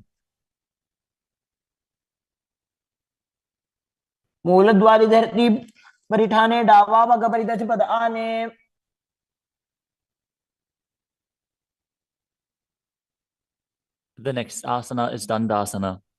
Now extend your feet out straight with the arms raised straight above your head. Interlace the fingers with the wrists pointed outwards. As you engage all three bandhas, gaze to the nose. Visualize Swamiji in your inner space. Perform Mahamudra Bandha. इदानीं गर्भिणीनां योगाभ्यासो यथा लघु.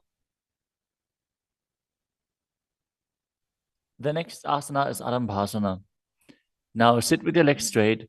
Hold the big toes in Prana Mudra with index and middle fingers. As you lean your chest forward and down, bring your head to the knees. Inhale through the left nostril and exhale through the right. Perform Nadi Shodhana as you visualize Swamiji in your inner space.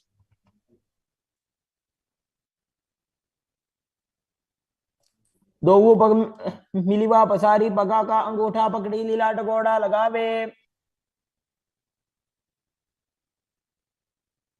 The next asana is Bhidokasana. Now sit with the legs straight. Extend the knees slightly up. Bring one hand distance between the heels. As you bring your shoulders down, wrap your hands in and around the legs. Hold the soles of the feet as you gaze to your third eye and visualize Swamiji in your inner space. प्रथम बैसी दोवों पाव पसारी तचुक ऊर्धको गुरडो डारे. The next asana is Jalandhari Pavasana.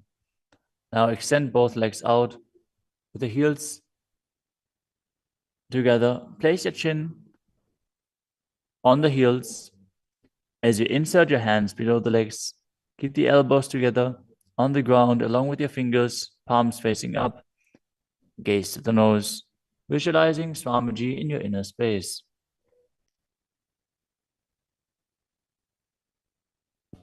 दो एड़ी मेली कह दीजिए हाथ पसारी. The next asana is Urdhva Paschimottanasana. As you sit with the legs extended, lift one foot behind the neck. Lean forward and down as in Paschimottanasana. As you visualize Swamiji in your inner space. If you can't, bring your leg behind your neck.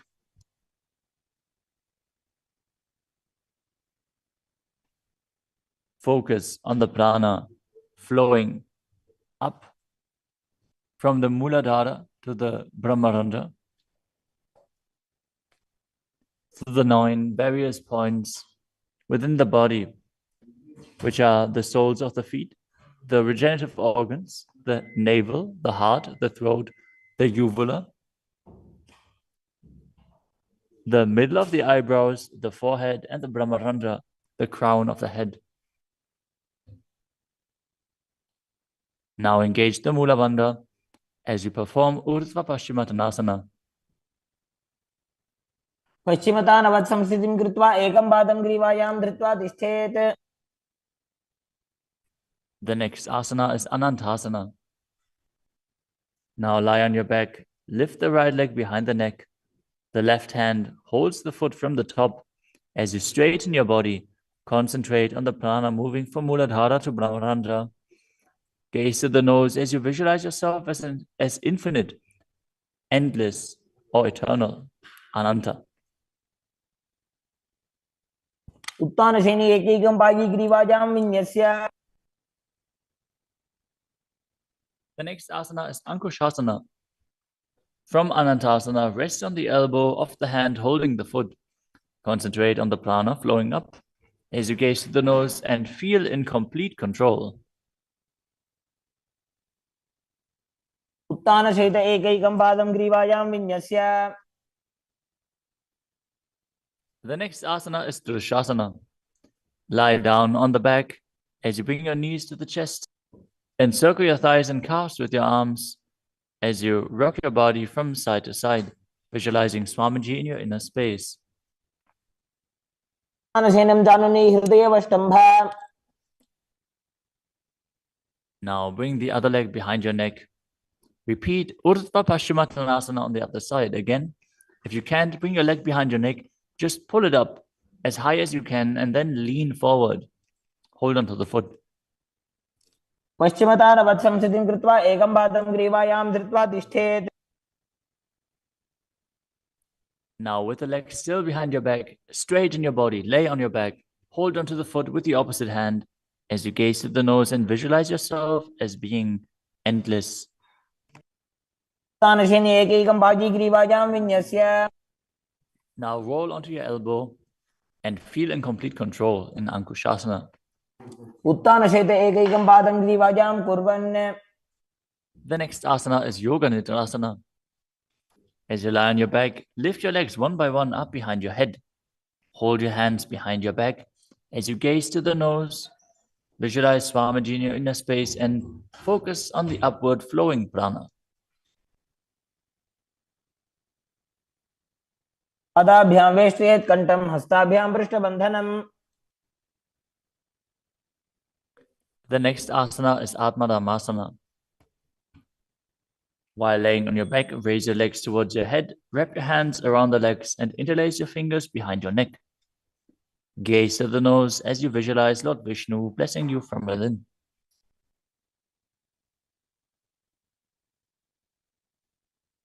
आत्मा राम आसन प्रथम सुधो सोवे. The next asana is Kochikasana.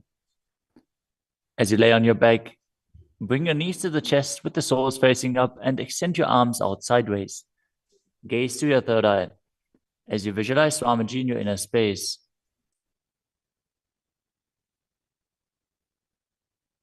हाथ सीधा सागरे 300 उभय से पाकरे. Next up is the Jatara Parivritti. This asana consists of 3 steps. We are going to perform all 3 steps and then repeat them on the other side. Let us first enter a neutral position, which is laying on your back with the knees to your chest and the arms reaching out to the sides at shoulder level. Now, visualize Swamiji in your inner space, perform the Mula Bandha, and focus on the upward flowing prana in Pratyahara Kumbhaka. As you perform the first step, which is bringing one knee to the side onto the ground while extending the other leg down. Now, bring both knees bent to the side. Straighten both knees to the side, hold onto the feet, and gaze in the opposite direction. परिवृत्ति कुक्षिभागे त्रिदाहि परिकीर्तितः. Now come back to the neutral position, arms extended out to the sides and the knees pulled to your chest. As you drop the other knee towards the ground, extending the other leg down. Now bring both knees to the side and extend both knees to the side, gazing in the opposite direction. परिवृत्ति कुक्षिभागे त्रिदाहि परिकीर्तितः. Next up is the Dvipadapitam. As you lay on your back, bend your knees and place your feet flat on the ground. Hold onto your ankles and lift your hips up, gazing to the nose and visualizing yourself as sturdy as a bridge. As you start breathing in the Mocha Kumbhaka, as you keep the Jalandhara Bandha engaged while exhaling, force the air out through the throat lock gently. This will bring about a state of swooning in the yogi. Perform the Mula Bandha as you do so. प्रतिक्रियायुतं द्वन्द्वपीठः सर्वबलप्रदम्.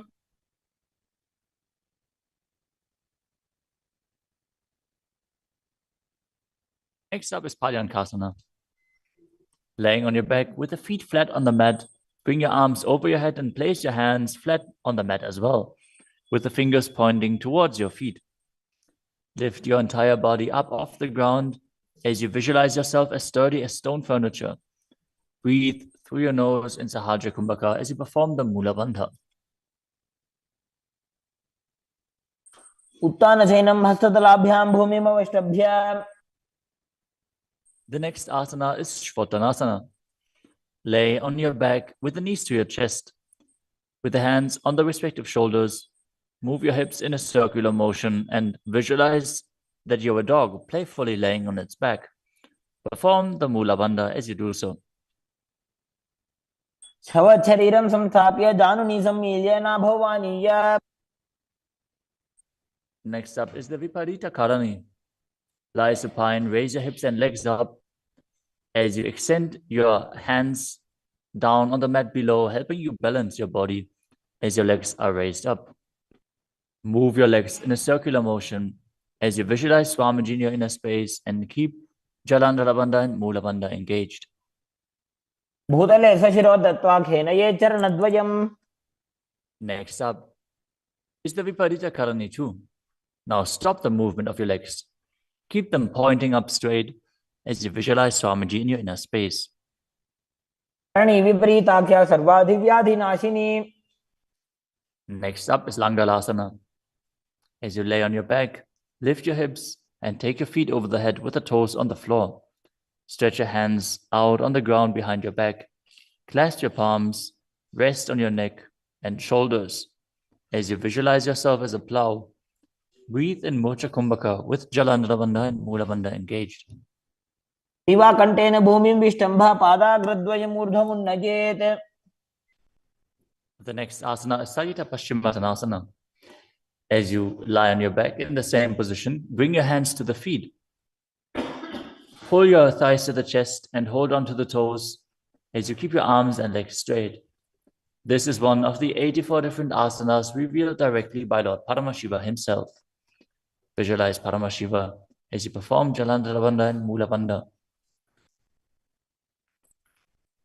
तानं शयित्वात् कुर्वीत शयितपश्चिमतानकम्. Next up is Supta Konasana. Maintaining the same position, bring your hip over top of the shoulder level and open your legs wide apart. Visualize Swamiji in your inner space. Perform Jalandhara Bandha and Mula Bandha. परिवृत्ति कोक्षे भागे त्रिधा हि परिकीर्तितः. The next asana is Chakrasana. Now bring your legs over top of your head, toes on the ground, hold onto the ankles of the feet and roll onto your back, keeping your legs straight. Visualize yourself as a chakra, a wheel, as you perform Jalandhara Bandha and Mula Bandha. पासनस्तद्वौ पादौ कुर्यान्मस्तकतः परो. Next up is Supta Prasarita Parangushtasana. As you lay on your back with the legs vertical, hold on to the big toes in Prana Mudra and then open your legs wide to the side. Visualize Swamiji in your inner space as you return to breathing in Ujjayi Pranayama, making an ocean-like sound with your mouth. उत्तानपादं क्रौञ्चं च मरीचिं वीरभद्रकम्. The next asana is Supta Padangushtasana. Now, hold onto the big toes and join your feet together above your body, keeping your legs straight and your arms straight as well. Visualize Swamiji in your inner space and perform the Mula Bandha. उत्तानपादं क्रौञ्चं च मरीचिं वीरभद्रकम्. The next asana is Matsyasana. From Supta Padangushtasana, move your legs into Padmasana and lay on your back, holding onto the opposite elbows over your head. Gaze to the nose and visualize Matsya, the fish avatar of Vishnu. Matsyasana. मुक्तपद्मासनं कृत्वा उत्तानशैलं चरेत्. The next asana is Padasharamasana. Laying on your back with the legs in Padmasana, place the backside of the right hand onto the left palm. Gaze to the nose and visualize Rama in your inner space as you perform the Mula Bandha. प्रथमकरे पद्मासन आचे सुदोषो वे भूपरिपाचे. The next asana is Sarvangasana. While laying on your back, legs in Padmasana, lift your hips and legs up. Bring your hands to the hips, supporting you with the elbows on the floor. As you tuck your chin to the chest in Jalandhara Bandha, contract the perineal region in Mula Bandha. Gaze to the nose and visualize Swamiji in your inner space. अथवा क्षेत्र संक्षेपात् सर्वांगासनम् उत्तमम्. Next up is Vrishchikasana. As you lay on your back, one foot on the opposite thigh, lift the other knee towards your head, extend both arms up above your head, and hook the fingers forward, gazing to your third eye and visualizing yourself as a scorpion. प्रथमशेन सूधो शीशिकेशिकी संधि सुदाखे. Now exchange the position of your feet. Repeat Vrishchikasana on the other side. प्रथमशयन सुदोषी शिकेशिकी संधि सुदाखे. The next asana is Vrishabhadakshipasana. Now lay on your back and interlace your fingers around the neck as you lift both feet off the ground, extending one leg straight and the other knee pulled to the chest. Alternate extending and raising the knee again and again, visualizing Swamiji in your inner space and breathing calmly through your nose in Sahajya Kumbhaka. उत्तानशयनं कृत्वा अंगुलिभिः कन्द्रां बद्ध्वा. The next asana is Marottanasana. Lay on your back and lift your legs one by one up, touching the knees to your ears as you visualize Swamiji in your inner space. शोत्तानवत् संस्थितिः कृत्वा जानुद्वयं पर्यायेन कर्णयोः संस्पृशेत्. Next up is Vrikasana. While laying on your back, place the sole of the feet flat on the ground. Stand up and then sit back down, visualizing yourself as a wolf. अथ उत्तानशयनं कृत्वा पादतलाभ्यां भूमिं धृत्वा. The next asana is Luthasana.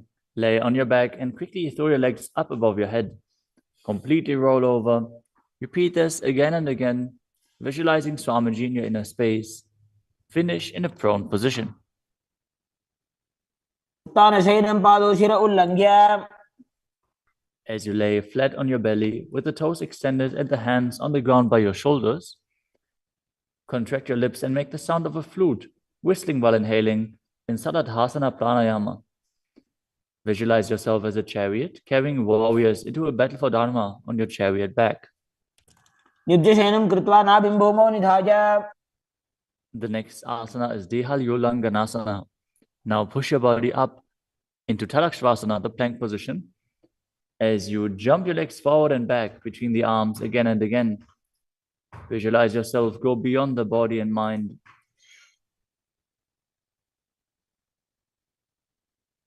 हस्तद्वयं बद्ध्वा तन्मध्यचरणद्वयम् उड्डानैव बहिरानीज्य. The next asana is Jatyasana. From a standing position, bend forward and place your hands on the mat, walking back and forth as you visualize yourself as a wise 60-year-old elephant. अथ जात्यासनं वक्ष्ये येन जातिस्मरो भवेत्. Next up is the Luritika Karana. Stand with your knees bent, feet pointing outwards, and bend your elbows. Keep your hands at the chest level. Swiftly move your arms across your body and then bring them back to the center. Tilt your head back, open up your chest towards the sky, and move your head in all directions. The next asana is Sarapasana. As you tie your feet with a rope, stand erect like a rod. Keep your arms at the side of your body with the hands touching your thighs. Visualize that your Kundalini, Devi, is raising and curling upwards around your body. As you breathe calmly through your nose in Sahajya Kumbhaka, leading the prana along your spine.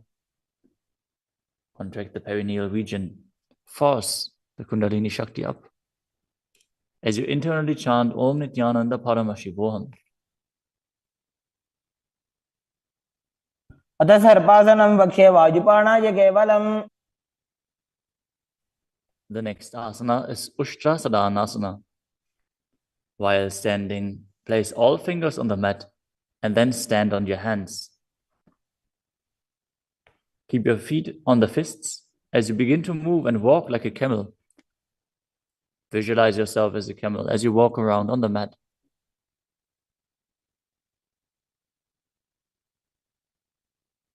मुष्टिकनिष्ठिकाप्रदेशेन भूमौ निधाय उपरिपादतले संस्थाप्य. The next asana is Ashvasana. Maintain the same position. Walk around on the hands as you visualize yourself as a horse.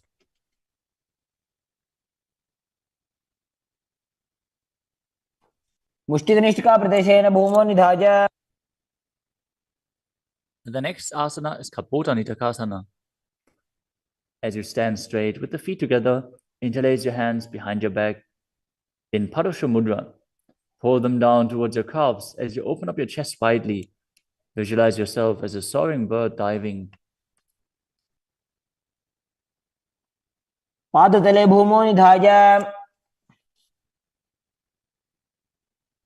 Next up is the Tala Pushpa Putam Karana. Stand tall with the palms together, Namaskara Mudra, as you gently bend your knees and keep the toes pointing outwards. Simultaneously open up the palms and raise one heel off the ground as you slightly lower the waist and shoulder of the respective heel, bowing to both sides. As you visualize you're holding a bouquet of flowers and offering it to Paramashiva. Next asana is Khadgasana. As you lay down on your stomach, jump your feet up towards your hands and stand. As you bring the palms together, forming the horn of the rhinoceros in Namaskara Mudra, visualizing yourself as a rhinoceros and gaze to the nose. नुजसरतमासनं कृत्वा पादतलाभ्यां भूमिम् अवष्टभ्य. Next up is the Uttanottanam. Hold onto weights if you want to intensify this asana. Now sit down all the way or as low as you can to the ground and stand back up. Do this again and again as you visualize Swamiji in your inner space. पुनः उत्थातव्यम् असितव्यम् इति उत्थानोत्थानं भवति. The next asana is Musalasana. Now stand up straight, raise your arms up over your head and jump repeatedly as you visualize yourself as a mace. सरलं स्थित्वा ऊर्ध्वं बाहु नयेत्. The next asana is Utshesakasana. From a standing position, pull the sole of the foot towards your chest, while with the other leg sit down and stand back up. Alternate on both sides. As you gaze to the nose and visualize Swamiji in your inner space. एकैकं पादतलं कुक्षौ निधाय. Next up is the Parshvajanu Karana. Now stand and keep one leg slightly bent with the toes pointing to the side. Bend and lift the opposite knee towards your chest, pointing the toes downwards. Keep your arms holding the knee with a hand in a fist as you place the other hand on top of the respective thigh with the fingers pointing inwards. The next asana is Tandavasana. You can hold weights to intensify this asana. Visualize yourself fiercely dancing as Lord Shiva as you stand on one leg with the opposite leg extended forward. Lower your body down to the mat and then stand back up straight. एकेन पादेन स्थातव्यं ताण्डवासनं भवति. The next asana is Brahmanasana. Now place one foot onto the opposite thigh as you stand erect on the mat like a rod. Keep your hands by the sides, visualizing yourself being blessed by Lord Brahma. ब्राह्मणासनमावक्ष्ये यत्कृत्वा ब्राह्मणो भवेत्.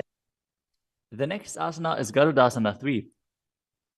Stand tall and wrap the left leg over and around the right knee as you tuck the left toes on the other side of the right calf. Simultaneously cross the left arm below the right and bring the palms together in Namaskara Mudra in front of your heart as you visualize yourself as Lord Garuda. उत्तानकूर्मपीठं च संहस्गारुडमेव च. The next asana is Ekapadasana. Now bring the leg to the other thigh as you keep the hands hanging down by the sides towards the knees. Visualize Swamiji in your inner space. दक्षाङ्घ्रिं वामपादस्य जङ्घोपरि निधाय च. The next asana is Dhruvasana. Stand on the right leg and hold onto the big toes of the left foot as you straighten the left leg out to the side and visualize yourself as the North Pole star as you rotate on the standing leg. एकेन हस्तेन दण्डरूपस्य एकस्य पादस्य अग्रं धृत्वा. The next asana is Trivikramasana. Stand on the right leg and lift the left foot behind your neck if you can. Then stand tall. Otherwise, you can pull the leg towards your chest. Then alternate standing and sitting. Perform the 3 steps of Vishnu as you visualize Lord Vishnu in your inner space. एकेन पादेन स्थातव्यम् उत्थातव्यम्. Now repeat the Parshvajanukarana on the other side. Now visualize yourself fiercely dancing as Lord Shiva as you repeat Tandavasana on the other side. पादेन स्थातव्यं ताण्डवासनं भवति. Now repeat Brahmanasana on the other side. ब्राह्मणासनम् आवक्ष्ये यत्कृत्वा ब्राह्मणो भवेत्. And repeat Garudasana 3 on the other side.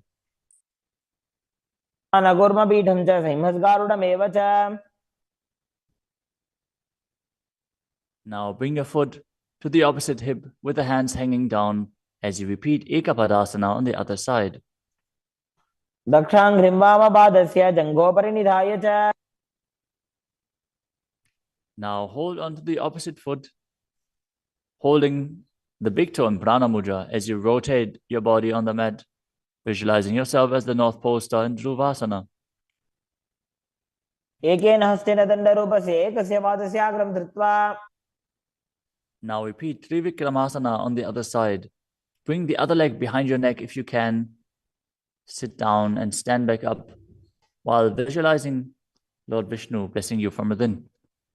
ग्रीवायां पादं संस्थाप्य स्थातव्यम् उत्थातव्यं त्रिविक्रमासनं भवति. Next up is the Samanaka Karana. Stand with the feet close together, toes pointed slightly out. Keep both hands to the sides of your body as you stand straight on the mat and relax. After this intense asana practice, this intense sequence, breathe deeply as we enter into the final 100 asanas of the sequence. The next asana is Ugora Kajali Asana. Stand erect and then bend forward. Bring both hands underneath the knees and make a finger lock in Padusha Mudra as you sit in a squatting posture and then let the finger lock touch your navel. Visualize Sage Goraknath, the founder of the Nata Yoga Hindu Sampradaya, as you perform the Jivachala Kumbhaka, forcefully moving the retained prana up and down within your body and throughout your limbs, along with the mind. Perform the Mula Bandha as you do so and internally chant Om Nityananda Paramashivoham. प्रथम ही उभं होय बाहुरी नीचो पुनि होवे. The next asana is Kanchidasana. Now insert your hands between the thighs and calves and then wrap them around behind your butt, interlacing your fingers behind your back. Keep your chest upright. Visualize Swamiji in your inner space. ऊर्ध्वमध्यात् हस्तौ निवेशय नितम्बं धृत्वा. The next asana is Bhairu Asana. Now bring your feet together and sit in a squatting posture with the heels touching the perineum. Hold the hands at the back. In Parusha Mudra, sit upright and gaze to your navel, visualizing Bhagavan Kala Bhairava, the Lord of Time. दो ऊपक की थलिया की माहिली को और मिलाई. Next up is Varahasana. Now squat all the way down to the ground. Keep your feet together, toes apart. Bring your elbows up close to your head and join your palms behind your back with fingers pointing down. Gaze to the nose and visualize a boar, which is one of the 10 incarnations of Mahavishnu. पागदली की माहिली को और मिलाई फना पानी उकड़बई से.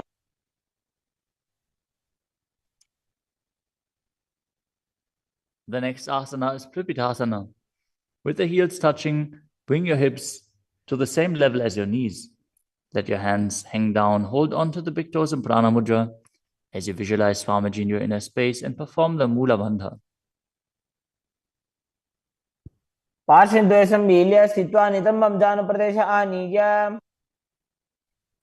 Next up is Bakasana. Now place your hands on the mat, fingers wide, and place your knees onto the back of your arms with the eyes forward.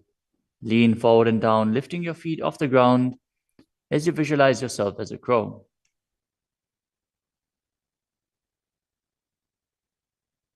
हस्ताभ्याम अवनिम वष्टभ्याम.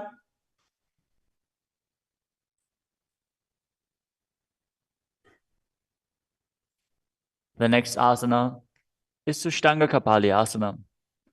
Now kneel down, head on the ground, with the palms spread for support. Raise your body on your head and place your legs into Padmasana as you gaze to the nose and visualize Swamiji in your inner space. आसन को गुण कपाल आछो होई. The next asana is Guptasana.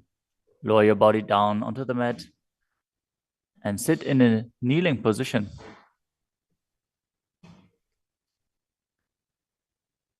Keep your toes touching behind and sit in between the heels. As you place your hands on the knees, sit straight and gaze to the nose as you visualize you are sitting in the secret seat with Paramashiva and Guru.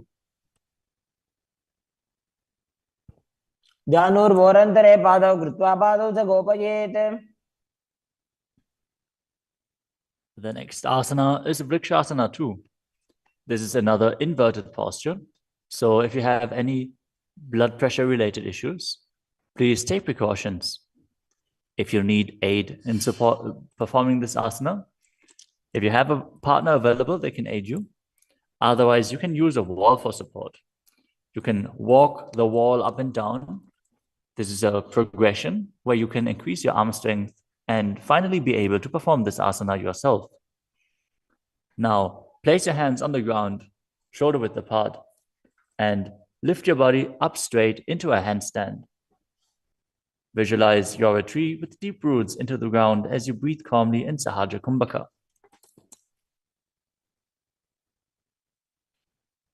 सप्तचक्रक्षालनाद्य vrikshasana विशेषकान्. Next up is Shiva Asana. Move your hands closer together and again enter the handstand posture. Visualize Tejas energy is flowing to your third eye. As you gaze up to your third eye, the Tejas energy will rejuvenate your body. दो पग जोड़ी माही Gulf मिलाए. The next asana is Matsyasana too. Now visualize yourself as a fish as you enter a plank position. Lower your body down to the mat and push it back up again and again as you engage the Mula Bandha. दिव्यं शयनं कूर्परो पार्श्वभागायाम् ऊर्ध्वकृत्य. Next up is Sarpasana too. Lie prone on your belly with the hands on the hips and lift your chest to the left and right, visualizing and moving your body like a snake. शयनं कृत्वा हस्तोन्नितम्बं संस्थाप्य. Next up is Nidalambanasana. Lay prone on your belly with the hands in Padma Mudra, the lotus mudra, holding onto the chin. Keep the toes pointing backwards, feet together, as you feel self-supported and completely independent. कराभ्यां पंकजं कृत्वा तिष्ठेत् कुर्परया सुधीः. The next asana is Chaturasana. As you lay on your stomach, place your hands flat on the mat in front. Straighten your arms and bend your knees. Bring the feet towards the upper back and lift your head and chest up, visualizing yourself as an umbrella protecting your guru from the sun rays. अर्ध्यासनवस्थित्वा हस्ततलाभ्यां भूमिं वष्टभ्य. The next asana is Vajrasana. Now sit on the knees with the tops of the feet flat on the mat. Bring your butt onto the heels. Stretch your arms out in front and place the palms facing down as you bring your forehead to the mat. Gaze to the nose. Visualize yourself as Vajra, the weapon of Indra, symbolizing your indestructibility. इदानीं गर्भिणीनां योगाभ्यासो यथा लघु. Next asana is Meshasana. Now place your hands flat on the ground, shoulder width apart, and raise your hips up high into Gajasana. Then alternate striking the ground with your hands as you experience yourself as powerful as a ram. गजासन संस्थितो एकैकं बाहुं भूमौ ताडयेत्. The next asana is Ajasana. From Gajasana position, lift your legs up into the air and slowly bring your forehead to the ground. Visualize yourself as unborn, existing for all eternity. गजासन संस्थितौ पादद्वयमन्तराले कृत्य. The next asana is Dhanantarasana. As you sit on your heels with the legs together, interlace your fingers around the toes. Pull the feet towards your perineum and then place your hands on the respective knees. Keep your spine straight, gaze to the nose as you visualize Swamiji in your inner space and return to breathing in Ujjayi Pranayama, making an ocean-like sound with your mouth. पूर्व विधि परिहाता की काकसीस्यो भणा शरामोडी. Next up is the Angamotanam. Interlace your fingers in front of your body and then behind you, stretching your arms forward to the sides and backwards as you give massage to various different joints and muscles within your body. Visualize Swamiji as you do so. हस्तयोः अङ्गुले बद्ध्वा हस्तयोर्मध्यात् सर्वमङ्गं निष्कासयित्वा. Next up is Garudasana form. Now sit on your heels in Vajrasana as you turn your feet out to the sides.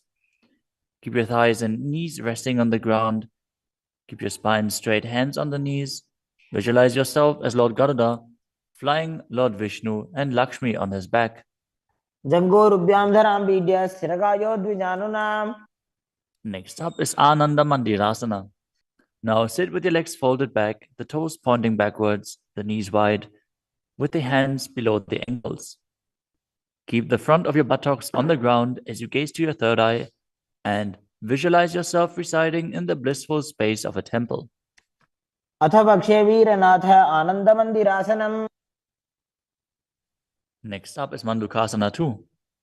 Now sit with the knees wide, the feet overlapping on top of your ankles. Keep your hands underneath the knees, gaze to the nose, and visualize yourself as a frog as you perform Uddiyana Bandha and Mula Bandha. पृष्ठं सम्पीड्य गुल्फाभ्यां जान्वङ्गे सवलयाकृतिः. The next asana is Narasimhasana. As you keep your toes on the mat with the heels up and together, place your perineum on top of the heels. Keep your palms on the ground with the fingers spread wide apart, thumbs touching the base of the hand, touching the toes. Gaze to your nose, stick your tongue out and exhale forcefully. Visualize Narasimha, one of the 10 avatars of Vishnu, as you perform the Mula Bandha.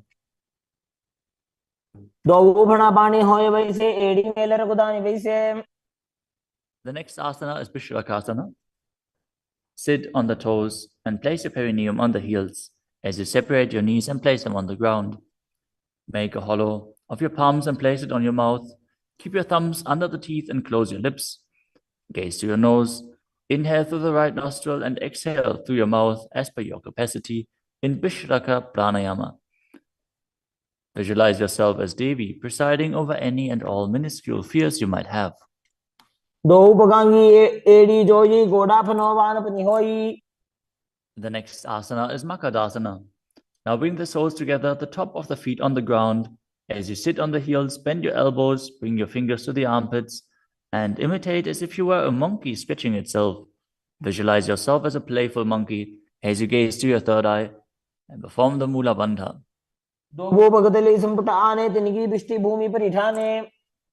The next asana is Vajrasangarasana. Stand on the toes with the soles of the feet together. Sit on the heels, keep your knees wide and off the floor. Hold your elbows behind your back as you gaze to the nose. Embody a diamond-like strength for yourself and your Sangha, your spiritual community. The next asana is Kanjanasana. Now keep the toes down, ankles crossed behind, and sit on the heels. Place your palms on the mat to the sides as you gaze to the nose and visualize perfect health beyond any and all physical or mental ailments. The next asana is Kurmasana, the turtle posture. With your toes flat, cross your feet and place your perineum onto the back of the heels. Keep your knees wide and on the floor. Rest your hands on the knees. Gaze to the nose and visualize a turtle with a stable body and mind to live for hundreds of years. गुल्फौ च वृषणस्याधौ व्युत्क्रमेण समाहितौ. The next asana is Yogasana. With the toes flat, cross your feet and place your perineum onto the back of the heels. Gaze to your nose and visualize Swamiji in your inner space. गुदं नियम्य गुल्फाभ्यां जान्वङ्गे सवलयाकृतिः. The next asana is Vijogasana. Now stand on your knees. Cross your ankles behind with the feet near the opposite knee. Hold the calves with the fingers inside and the thumbs outside as you gaze to your third eye and visualize a space of eternal oneness, Advaita, with your Guru. गोड़ा वामो उभय होई गोड़ा आड़ा राखे दोई. The next asana is Ushtrasana 2. In a kneeling position, bend backwards, hold your ankles with your hands and keep your arms straight. Push your hips forward and tilt your head back as you visualize yourself as a camel. मेरुदण्डग्रन्थि दाढ्य संविपातयिषुः पुमान्. Next up is Jatyasana 2. With the heels together and the hands on the soles of the feet, slowly lean back. Bring the elbows down to the mat, followed by the back of your head. Gaze to the nose and experience yourself as a lotus blooming.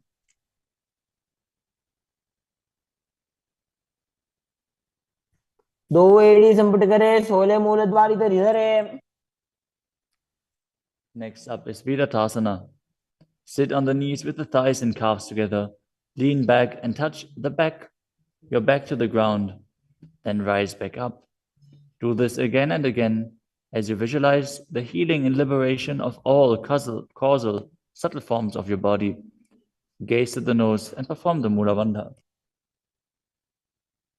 जंगा पृष्ठभूमो निधाय जंगोदरयोः ऊरुनि संस्थाप्य. Next asana is Kapotasana. From Viratasana, raise your hips higher. Bring your forearms to the mat and hold the back of the heels. As you bring your head in between the feet, visualize yourself as a beautiful dove and perform the Mula Bandha. मेरुदण्डग्रन्थि दाढ्य संविपातयिषुः पुमान्. The next asana is Vadasana. Now stand upright on the knees with the toes tucked. Hold your arms with opposite hands and gaze to the nose. This is the boon-fulfilling posture. Receive your boon from Paramashiva. जानुनि भूमौ संस्थाप्य हस्ताभ्यां बाहु परस्परं धृत्वा. Next up is Vadahasana 2. Keep your knees together, toes tucked behind.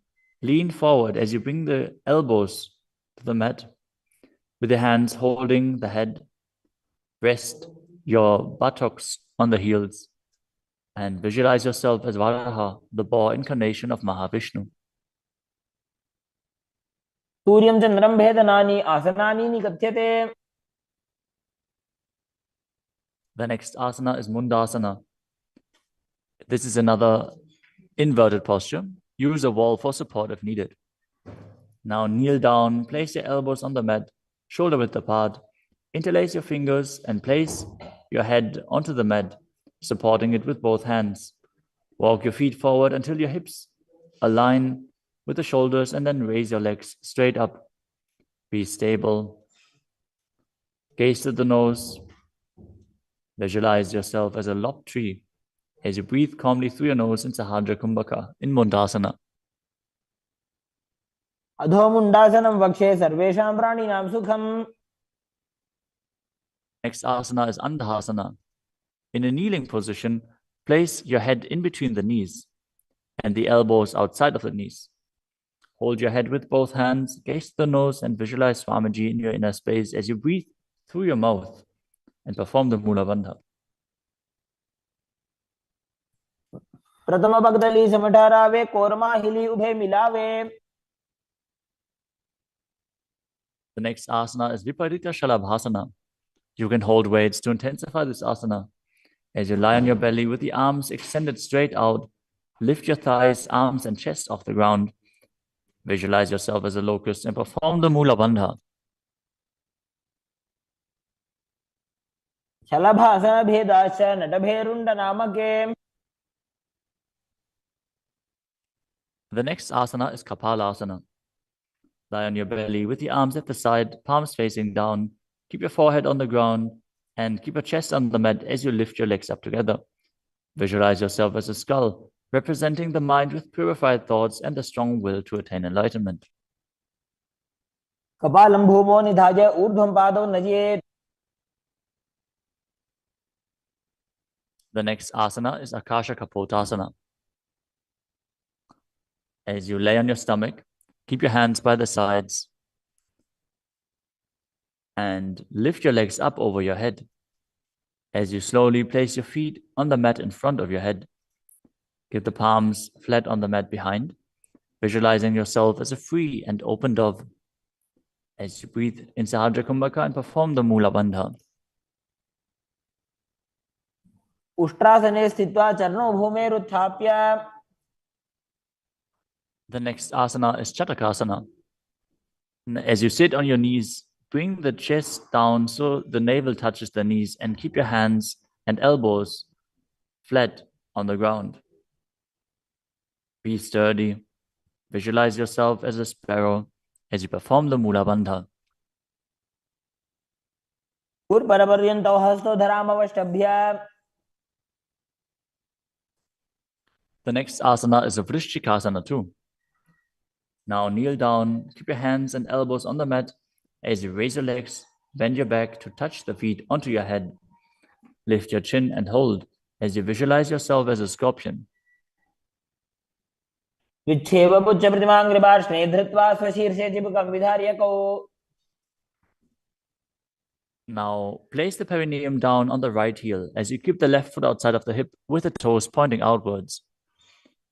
Now visualize yourself as a bull as you start breathing in the Antaranga Kumbhaka, forcefully inhaling through your nose, holding the breath for a short while and then exhaling slowly.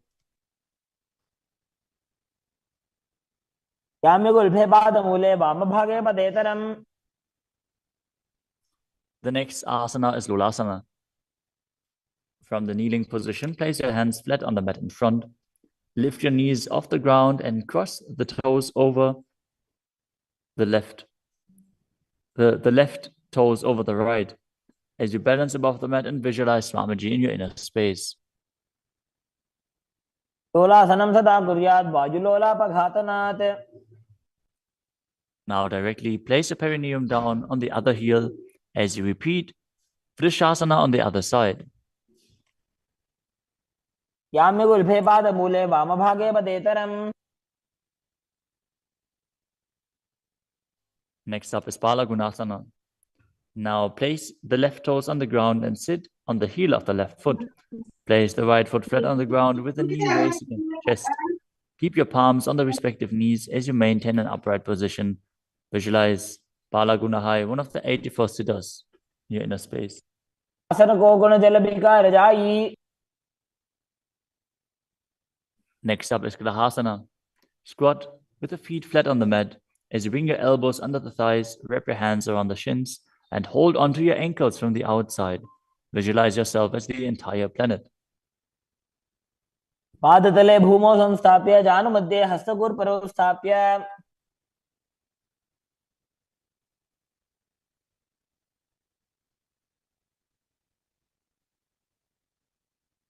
Next up is Balagunasana on the other side. Visualize Balagunahai, one of the 84 siddhas in your inner space. आसन को गुण जल विकार जाई. Next up is Utkatasana. You can use weights to intensify this asana. As you squat on your toes with the heels up, the knees off the mat, place your perineum onto the heels and your hands on the respective knees. Keep your spine upright, visualize Swamiji in your inner space and perform the Mula Bandha. विजास्विजोऽस्येत ऊर्वजानु यत्रासने पादतलद्वयोपरि. Next up is Vajrasangarasana too. Now sit on the toes with the perineum on the heels, the soles of the feet together. Keep the knees wide and off the ground as you hold the opposite elbows behind your back.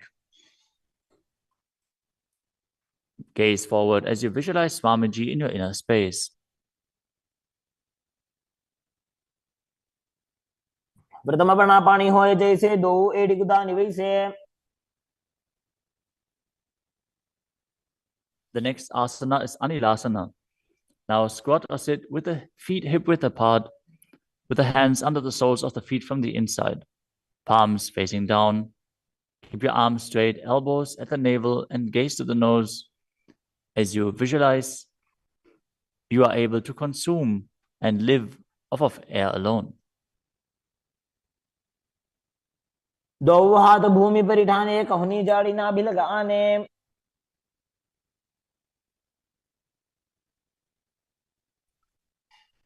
Next up is Padukasana. Now place the back of your hands on the mat with the fingers facing towards your body. Step the feet on top of the hands with your hands wrapped around the feet like a shoe. Start walking around on your mat as you visualize you're wearing padukas walking across India. हस्ततलयोः पादतले कृत्वा.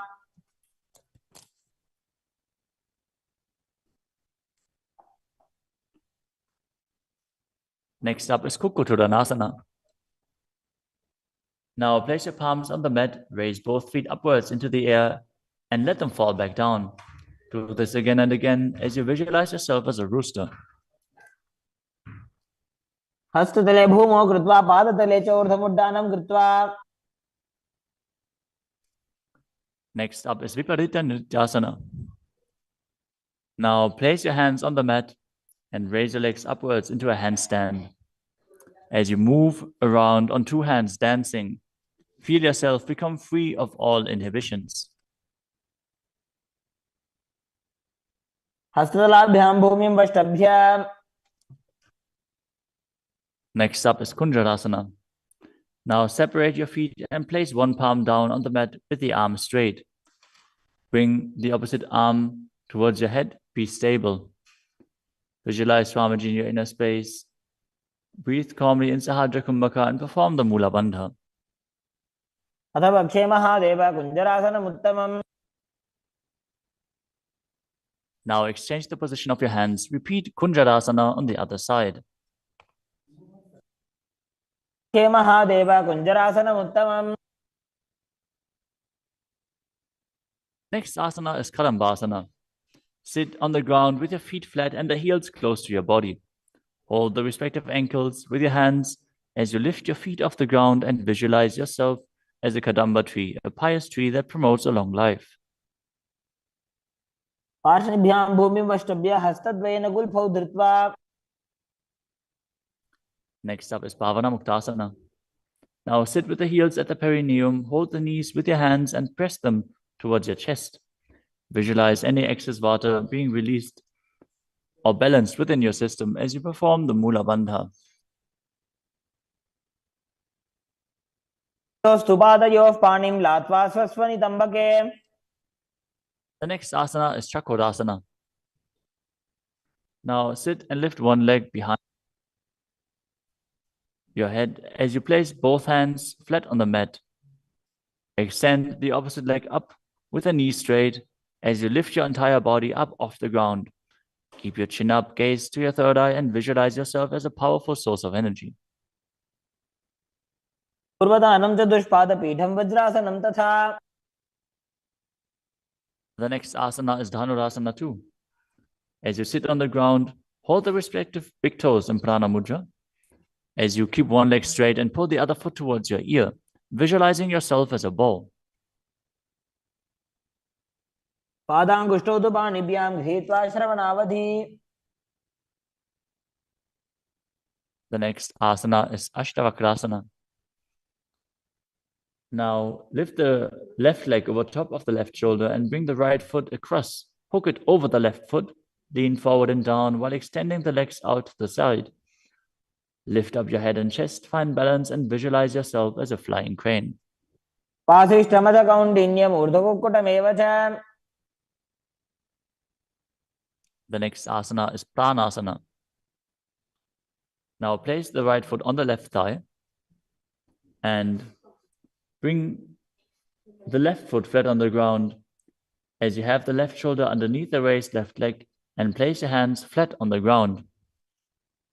Press the right knee down with the right hand as you gaze to your third eye and visualize you're immortal and able to exist solely from prana. एतत् प्रभेदं वक्ष्यामि करोति यस्य चामरः. Next up is Parshva Now keep one leg bent on the ground with a foot at the opposite hip and bring the other leg over top as you twist your body around the raised knee and interlace your hands below the raised knee. Gaze to your third eye and visualize the great sage and yogi Matsyendranath, the master of Hatha Yoga. वामोरुमूलार्पितदक्षपादोजान्वो बहिर्वेष्टितदक्षदोष्णा. Now repeat Chakodasana on the other side. Now sit and lift the other leg behind your neck, keeping your hands at the side and raising your whole body up with the other leg extended, gazing to your third eye and visualizing yourself as a powerful source of energy. पूर्वतानं चतुष्पादपीठं वज्रासनं तथा. Now repeat Dhanurasana 2 on the other side, holding the big toes of both feet in Prana Mudra as you pull the opposite foot towards your ear, visualizing yourself as a bow. पादाङ्गुष्ठोदपाणिभ्यां गृहीत्वा श्रवणावधि. Now repeat Ashtavakrasana on the other side. Now lift the right leg over top of the right shoulder, cross the left foot over the right, and extend the legs out to the side, balancing as you visualize yourself as a flying crane. आशिष्टमतकौण्डिन्यमूर्धकुक्कुटमेव च. Now repeat Pranasana on the other side. Bring the other foot over top, shoulder underneath, push the knee down and place the other one on the ground as you visualize yourself being immortal and able to exist solely from prana. एतत् प्रभेदं वक्ष्यामि करोति यस्य चामरः. Now repeat Parshva on the other side, bringing one heel to the opposite hip, the other leg over top of the knee as you twist your body around and bring your hands underneath and interlace the fingers behind your back, twisting your body even further, gazing up to your third eye and visualizing Matsyendranath. वामोरुमूलार्पितदक्षपादोजान्वो बहिर्वेष्टितदक्षदोष्णा. Next up is Ardha Paschimottanasana. As you keep one leg straight and press the perineum with one heel, lean your chest forward and down, hold onto the front foot and bring your head towards the knee. Visualize Swamiji in your inner space. एकं पादं प्रसार्य एकं पादस्य पार्श्वनासीवनी सम्पीड्य. Next up is Kraunchasana.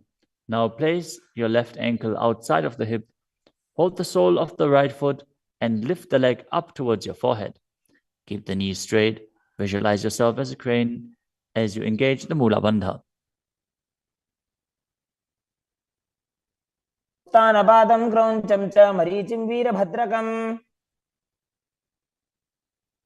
Now repeat Ardha Paschimottanasana on the other side, keeping the opposite heel against the perineum, leaning forward and down. Perform the Jivachala Kumbhaka, moving the prana up and down within your body. एकं पादं प्रसार्य एकं पादस्य पार्श्वनासीवनी सम्पीड्य. Now repeat Kraunchasana on the other side. As you bring the other heel outside of the hip, extend the opposite leg up, holding the foot with the knee straight, visualizing yourself as a crane. उत्थानपादं क्रौञ्चं च मरीचिं वीरभद्रकम्. Next asana is Swastikasana. Now sit with the soles between the thighs and calves. Keep your spine straight, the palms resting on the knees. Gaze to the tip of the nose and embody peace, well-being, good fortune, and prosperity as you visualize a swastika. तानूर्भोरन्तरे सम्यक् कृत्वा पादतले उभे. Next up is Gorakshasana. As you keep your feet in the same position, cover your heels with the respective hands. Tuck your chin to the chest and gaze to the tip of your nose, visualizing the great sage Goraknath as you perform Jalandhara Bandha and Mula Bandha. अनुर्वोरद्धरे पादौ उत्तानो व्यक्तसंस्थितौ. Next up is Pakasana 2. Now bring the left heel to the perineum and the right foot on the left thigh. Visualize Swamiji in your inner space. Meditate on Arihanta, the Enlightened One. As you gaze to your third eye, perform the Mula Bandha and re-enter the Shanmukhi Mudra once more. As you exhale, close your eyes with the index fingers, nose with the middle fingers, mouth with ring and little fingers, the ears with your thumbs. वामपार्श्वं गुदौ संस्थाप्य दक्षाङ्घ्रिवामजगने. Next up is Yogasana 2. As you keep your feet on top of the opposite knees, place your hands on the ground beside your body, with the palms facing up. Keep your spine straight, gaze to your nose as you visualize Swamiji in your inner space. Start breathing in Kakachantra Kumbhaka, rolling up the tongue and keeping your mouth in the shape of the beak of a crow. As you inhale through the rolled up tongue, cooling down your body. उत्तानौ चरणौ कृत्वा संस्थाप्योपरि जानुनोः. Next up is Urdhva Kukutasana. Now rotate your hands next to your body and push your body off the mat, visualizing yourself as a rooster.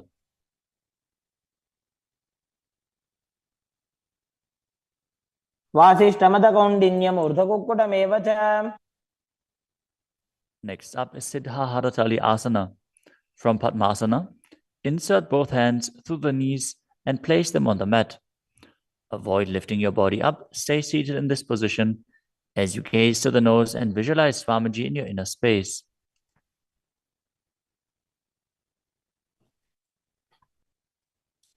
प्रथम पद्मासन को करे हस्तदो वो गोड़ासन दिधरे.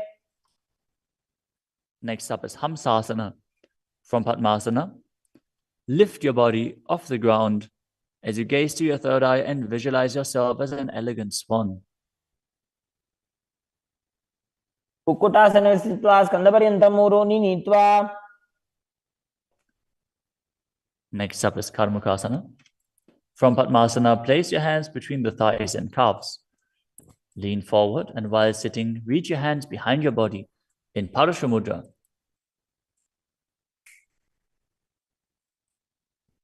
As you bring your forehead to the floor, gaze to the nose, visualize yourself as Lord Shiva's bowl.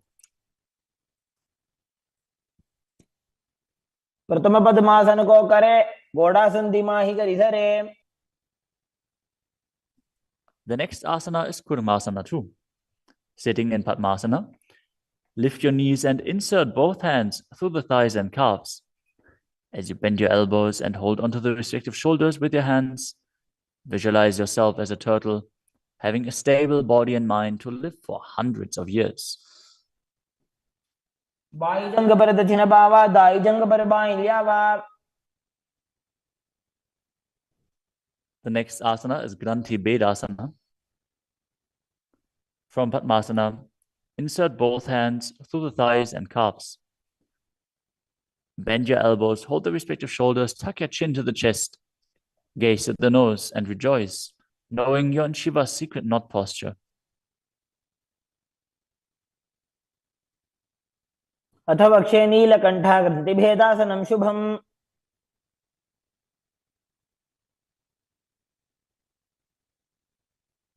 The next asana is Uttana Kurmasana. From Padmasana, insert both hands through the thighs and calves. As you roll onto your back, hold onto the respective shoulders with your hands and gaze to the nose, embodying a turtle laying on its back.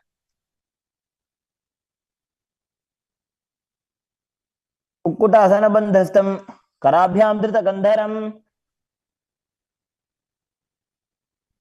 Next up is Pangu Kukutasana. From Padmasana, place both hands through the gap of the thighs and calves. Place one hand flat on the mat and hold its wrist with the other hand. Lift your body up off the mat, balancing on one arm as you visualize yourself as a rooster and perform the Mula Bandha.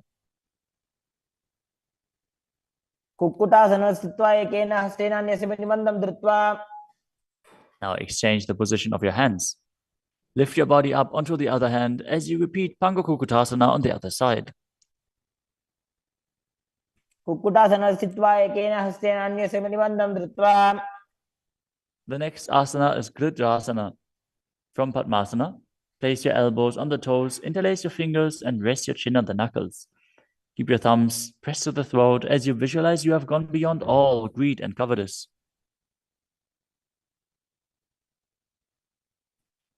जानोर्भोरन्तरे पादौ उत्तानौ व्यक्तसंस्थितौ.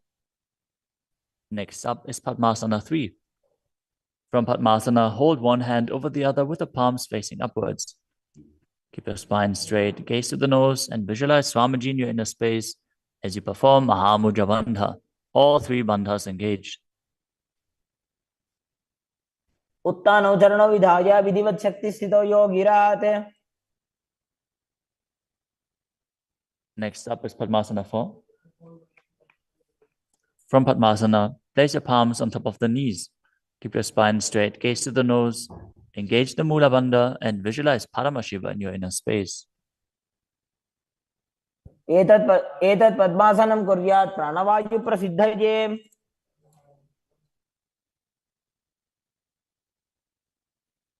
Next up is Karmakasana 2. From Padmasana, keep the left hand on the left knee and hook the right hand around the big toes in Prana Mudra with index and middle fingers. As you pull your elbow back as if you're pulling a bowstring, moving the big toe in a circular motion. Visualize yourself as Pinaka, Lord Shiva's bow, as you repeat the movement on the other side as well.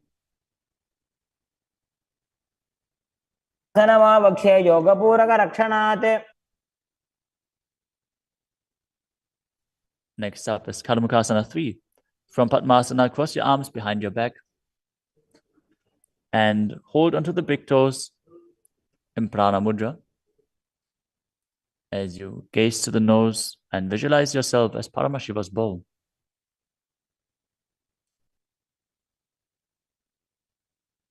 उदरे पूरयेत् सुखम्. Next up is Dridhasana. Now maintain Karmakasana 3. Lift your chest up and gaze to your third eye, visualizing that you are the action of Paramashiva's third eye, destroying anything you come across. ऊरुभ्यामुपरि स्थाप्य पादयुग्मं प्रयत्नतः. Next up is Nagadasana. From Karmakasana 3, with your arms behind your back, roll onto your back. Hold on to the big toes if you can. Otherwise, lay on your arms in Padmasana as you gaze to the nose and visualize yourself as a snake. प्रथम पद्मासन को टाने दो हाथ पाछाने आने. Next up is Kandukasana. As you lie on your back, bend your knees with the feet off the ground. Embrace your knees to the chest with the head touching the knees. Roll your body up into a ball as you breathe in Sahadra Kumbhaka. पित्रासने स्थित्वा हस्तपादान् निष्कुष्य. Next up is Urdhva Pavanasana. Lay on your back with the knees raised together, feet flat on the ground. Interlace your fingers behind your neck as you gaze to the nose and visualize Swamiji in your inner space. प्रथमे सूधो सैनग्राभे घोड़ा उभा राशि मिलावे.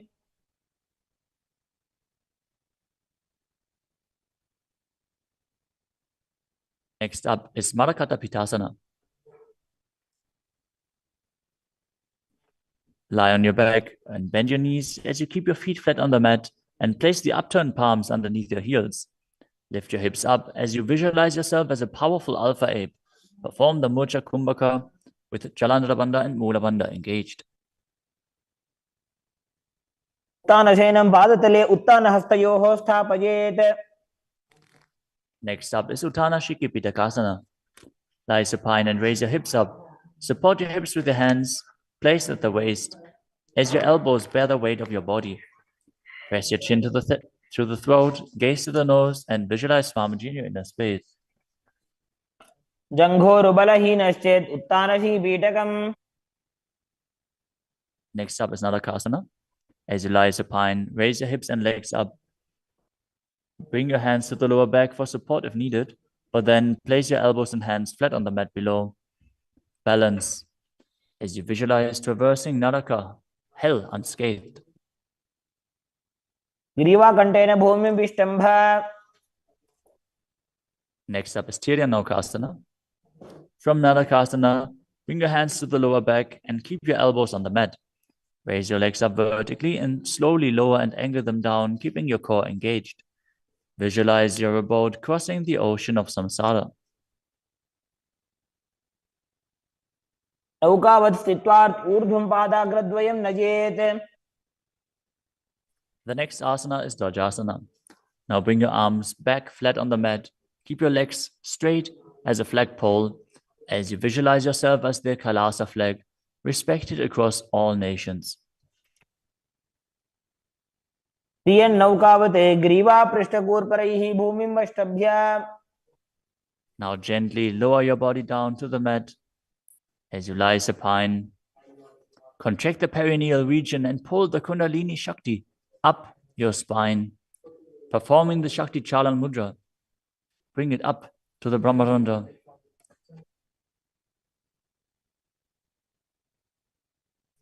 As you completely relax, unclutch from any micro movements of your body and mind, visualize your body as dead and the Supreme Pontiff of Hinduism, Swamiji, is liberating you. As you internally chant the japa, Om Nityananda Paramashivoham. उत्तानं शववद्भूमौ शयनं तोषवासनं शवासनं श्रमहरं चित्तविश्रान्तिकारणम्.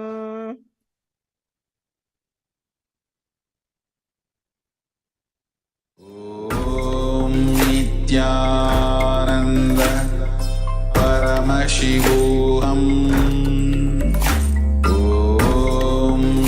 नित्यानन्द परमशिवोऽहम्. ॐ नित्यानन्द परमशिवोऽहम्. ॐ नित्यानन्द परमशिवोऽहम्. ॐ नित्यानन्द परमशिवोऽहम्. ॐ नित्यानन्द परमशिवोऽहम्. ॐ नित्यानन्द परमशिवोऽहम्. ॐ नित्यानन्द परमशिवोऽहम्. नित्यानन्द परमशिवोऽहम्. ॐ नित्यानन्द परमशिवोऽहम्. ॐ नित्यानन्द परमशिवोऽहम्. ॐ नित्यानन्द परमशिवोऽहम्. ॐ नित्यानन्द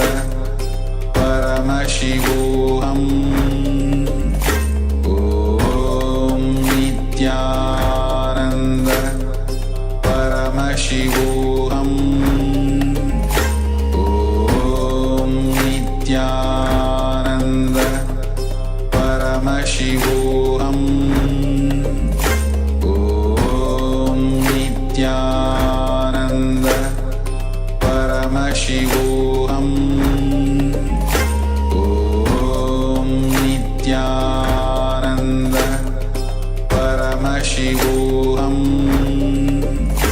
ॐ नित्यानन्द परमशिवोऽहम्. ॐ नित्यानन्द परमशिवोऽहम्. ॐ नित्यानन्द परमशिवोऽहम्. ॐ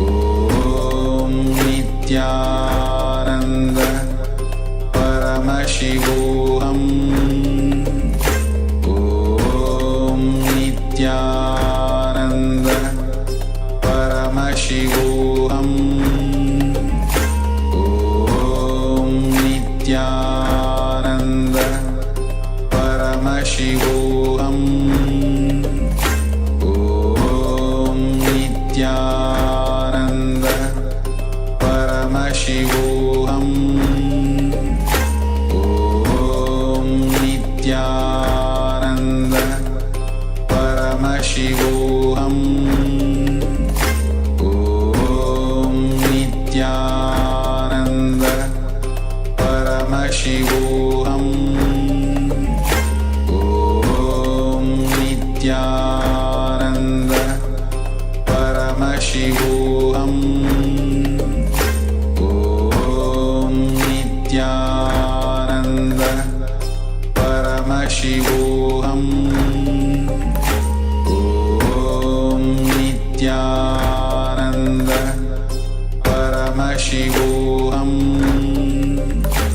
Om Nityananda Paramashivoham Om Nityananda Paramashivoham Om Nityananda Paramashivoham Om Nityananda Paramashivoham Om Nityananda Paramashivoham Om Nityananda Paramashivoham Om Nityananda. Now slowly return to your physical body. Start wiggling your fingers and toes, your wrists and your ankles, your elbows and your knees. Raise your knees up towards your chest and circle them with your hands, rocking your body from side to side. As you slowly return to a comfortable seated position.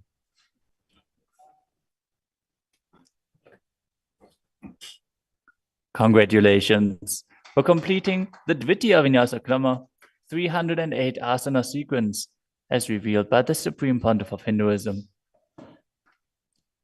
With this, let us conclude the Nityananda Yoga session. As you sit straight with your head, neck, and spine in a straight line, place your hands in Anjali Mudra in front of your heart center. Close your eyes, take a deep breath, visualize Swamiji, and chant the Purna mantra.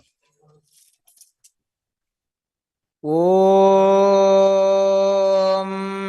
पूर्णमदः पूर्णमिदं पूर्णात् पूर्णमुदच्यते पूर्णस्य पूर्णमादाय पूर्णमेवावशिष्यते ॐ शान्ति शान्ति शान्तिः हरिः ॐ तत्सत् सर्वं भगवत् श्रीनित्यानन्द परमशिवपादुकार्पणमस्तु ॐ नित्यानन्दम्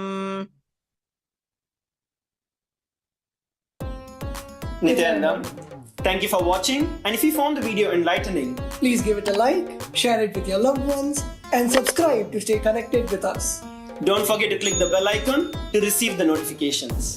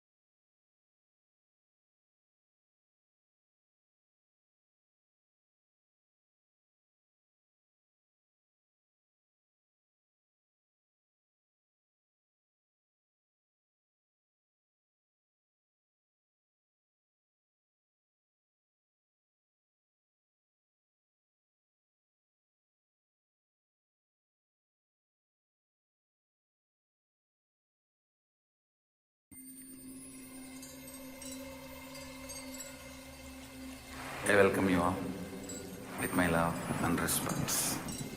Let you all open all your three eyes. Om Nityananda Paramashivoham.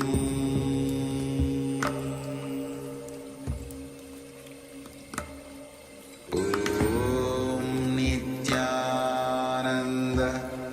Paramashivoham.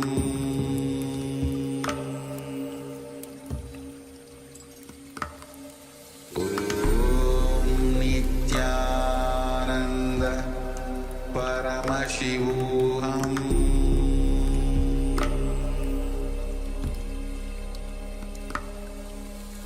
Om Nityananda Paramashivoham.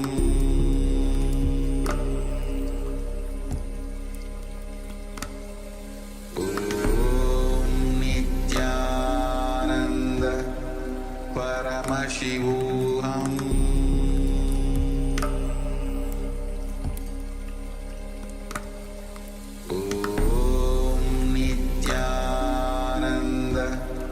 Paramashivoham.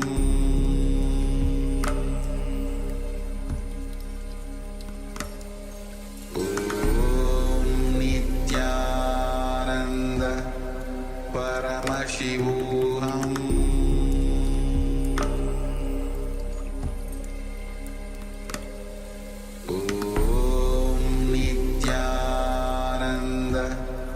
Paramashivoham.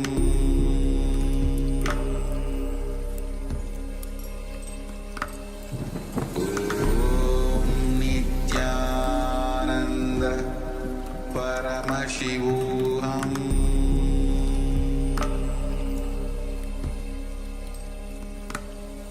Om Nityananda Paramashivoham.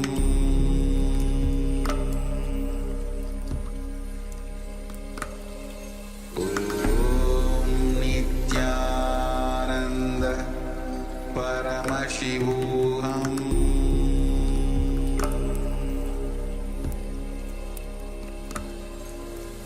Om Nityananda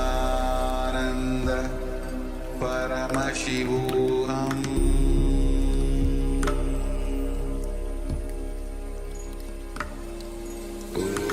Om Nityananda Paramashivoham.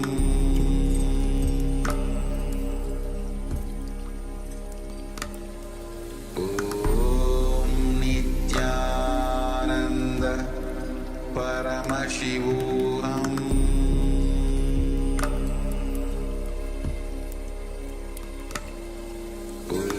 Om Nityananda Paramashivoham.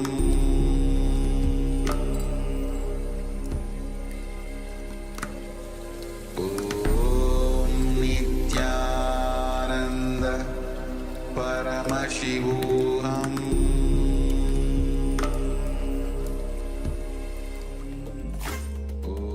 Om Nityananda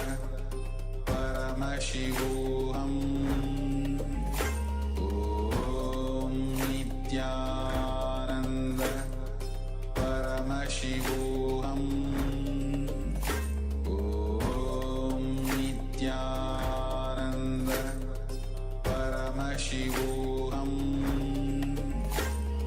Om Nityananda Paramashivoham. Om Nityananda Paramashivoham. Om Nityananda Paramashivoham. Om Nityananda Paramashivoham. Om Nityananda Paramashivoham. Om Nityananda Paramashivoham.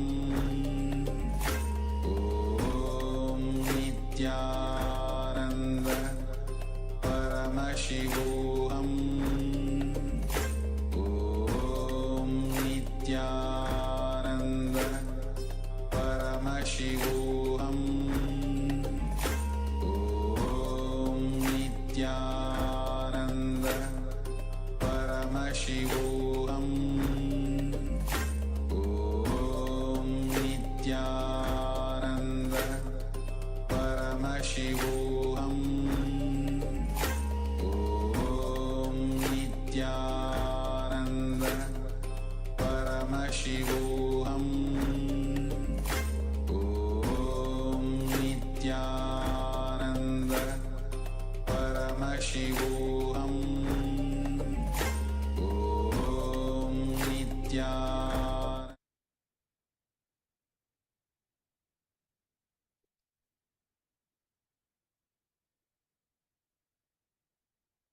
Yes.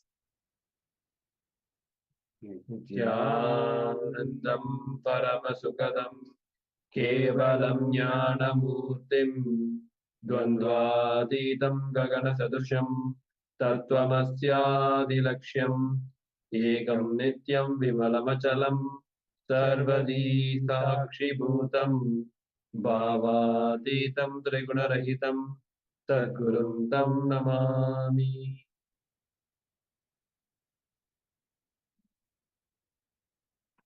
Nityanandam.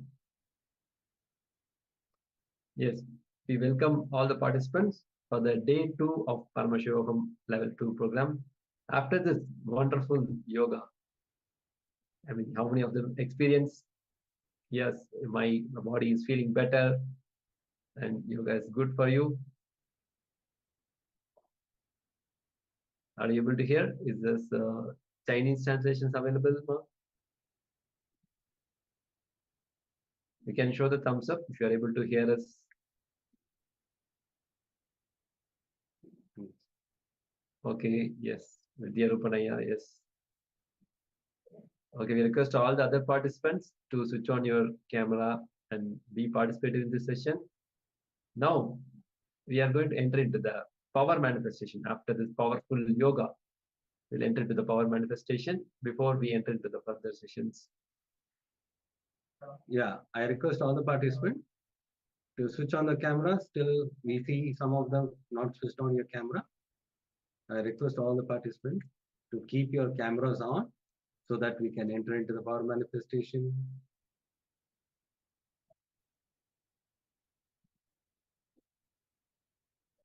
Yes. So let us now first enter into the Shastra Pramana, that is spiritual reference to manifest powers of third eye. Yes.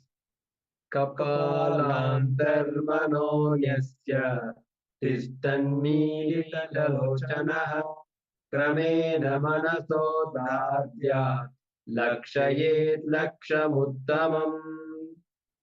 The translation goes, by fixing the mind on the inner space within the crown center and sitting stably without any movement of the eyes closed in succession, by that stability of the mind and inner space through the power of third eye, one directly sees the ultimate goal, Lakshyam. By having the vision beyond the sight that reveals any object or place, attaining the space of oneness with the source Paramashiva. Now, let us enter into the third eye power manifestation. I request all the participants to sit straight with your head, neck, and spine in a straight line. Have your notebook and pen along with you.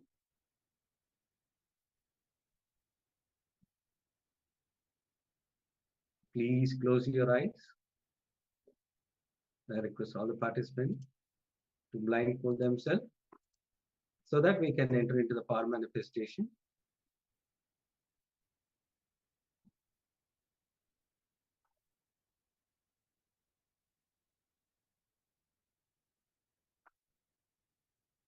Keep chanting the Mahavakya. Om Nityananda Paramashivoham. Om Nityananda Paramashivoham. Om Nityananda Paramashivoham. Yes. Keep chanting the Mahavakya intensely. Enter into the space of oneness. From the space of oneness, request Swamiji to reveal whatever shown in the. I request all the participants. I can see still some people not switched on the camera. be in that oneness space and request Swamiji, whatever is being projected, the image to reveal through the third eye. Have the deep gratitude and surrender to Swamiji. Drop all your doubts, self-doubt, everything, whatever is there. Just drop your mind and request Swamiji to reveal through the third eye whatever is being projected. Yes, now we'll be entering into the power manifestation. Please close your eyes. I can still see few participants not close their eyes. I request the Chinese translator to translate them so that they close their eyes.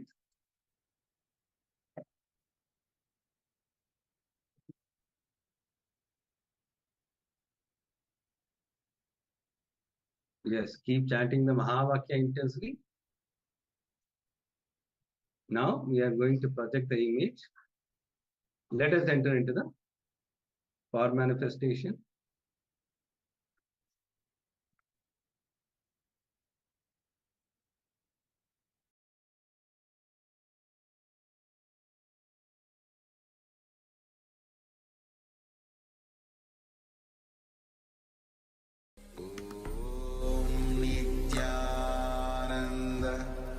Paramashivoham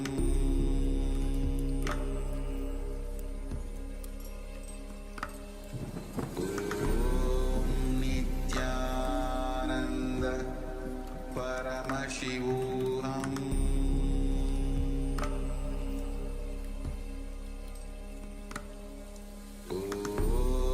Nityananda Paramashivoham Paramashivoham Nityananda Paramashivoham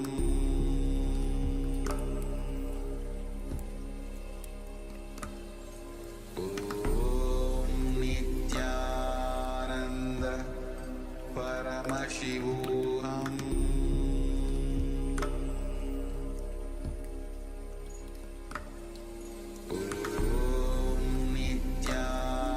Nityananda Paramashivoham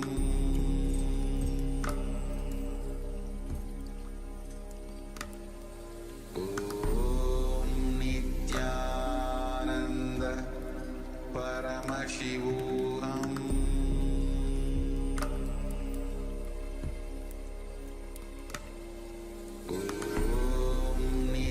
Nityananda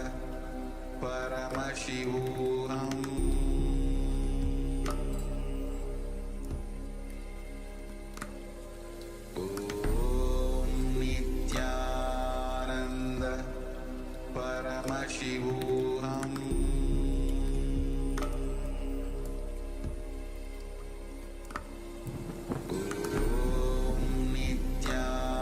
Nityananda Paramashivoham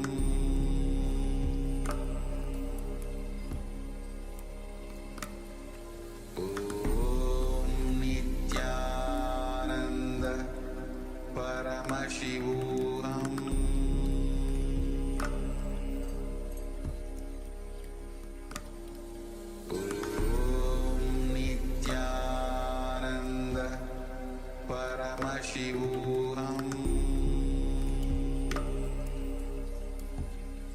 Nityananda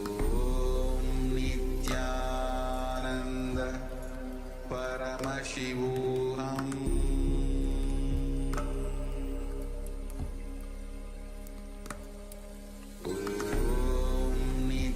Nityananda Paramashivoham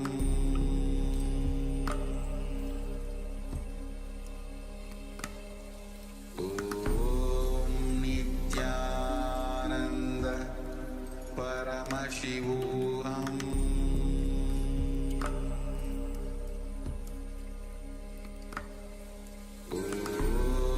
Nityananda Paramashivoham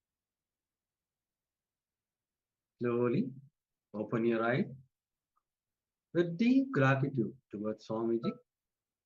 Whatever Swamiji reveals through the third eye, you can put it in the chat so that we can help you in the power manifestation.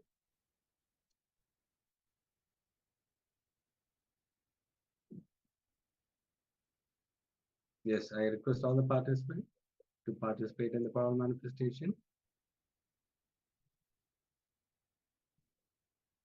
Yes, Mama Maha, please go ahead and tell whatever has been revealed to you. You can put it in the chat, Ma. Vidyarupanaya, can please switch on your camera. Ma Cuisine Weng, please switch on your camera.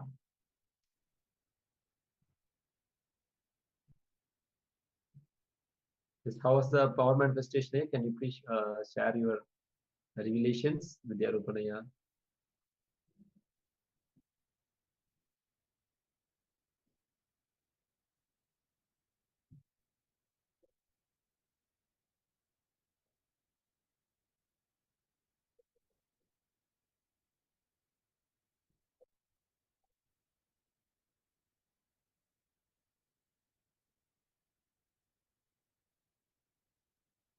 Ma Cuisine Weng, please switch on your camera.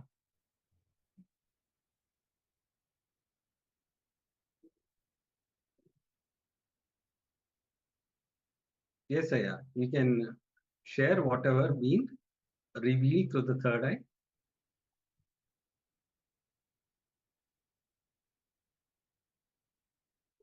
Okay, let's see.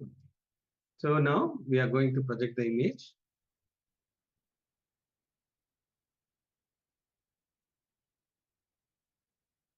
Yes, you can see two kids are playing in a lake in the boat. If you have seen water or the kids playing, you can put it in the chat. Or if you have seen the boat or blue color or brown color, whatever it may be, you can put it in the chat. How many of them are feeling that you have seen this image during the power manifestation, or what are the objects described in the picture? Any one of the objects, if you have seen this, please go ahead and share your revelations here.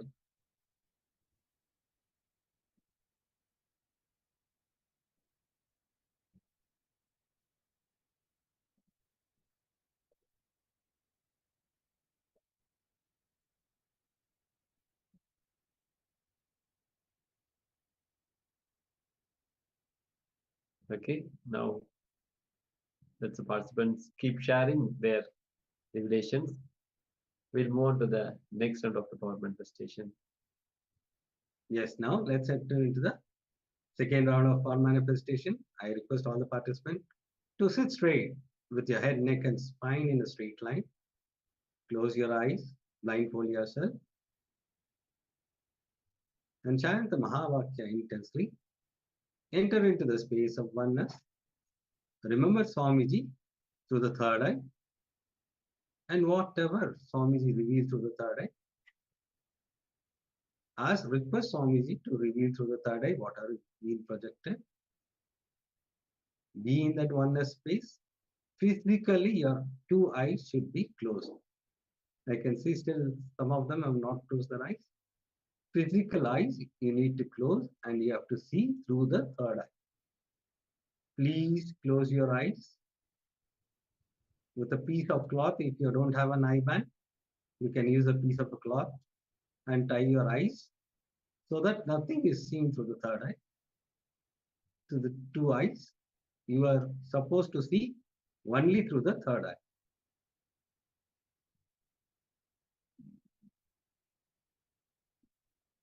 Intensely chant the Mahavakya. Om Nityananda Paramashivoham. Om Nityananda Paramashivoham.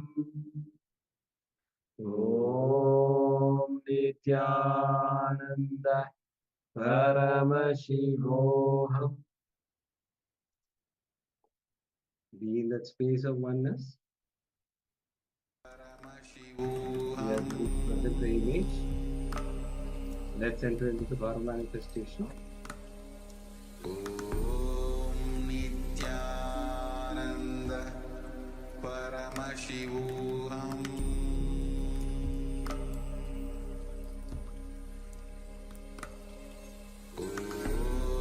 Nityananda Paramashivoham.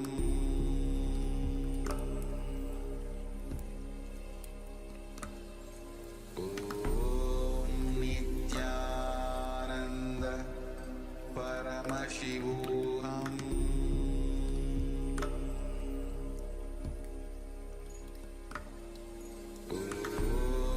Nityananda Paramashivoham.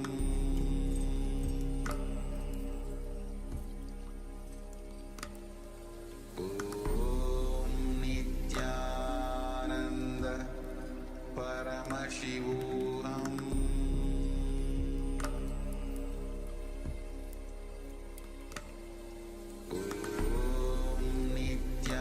Nityananda Paramashivoham.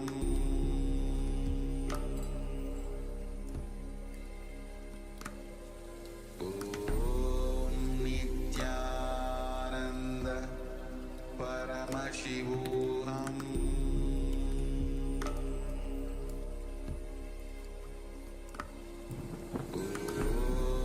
Nityananda Paramashivoham.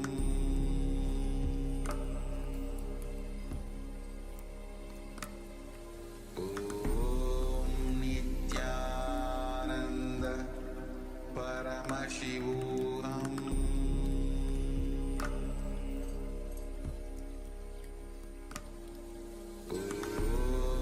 Nityananda Paramashivoham.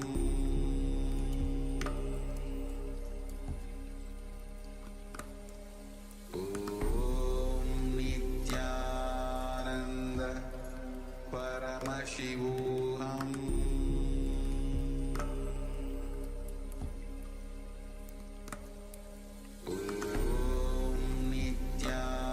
Nityananda Paramashivoham.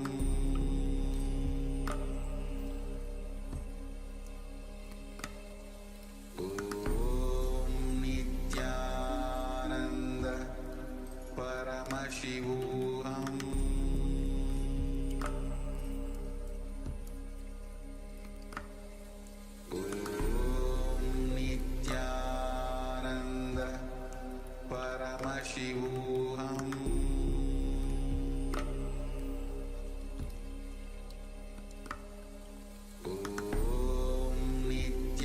Nityananda Paramashivoham.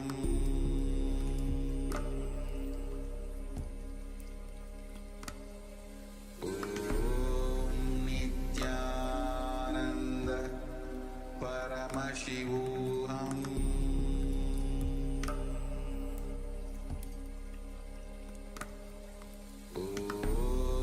Nityananda Paramashivoham.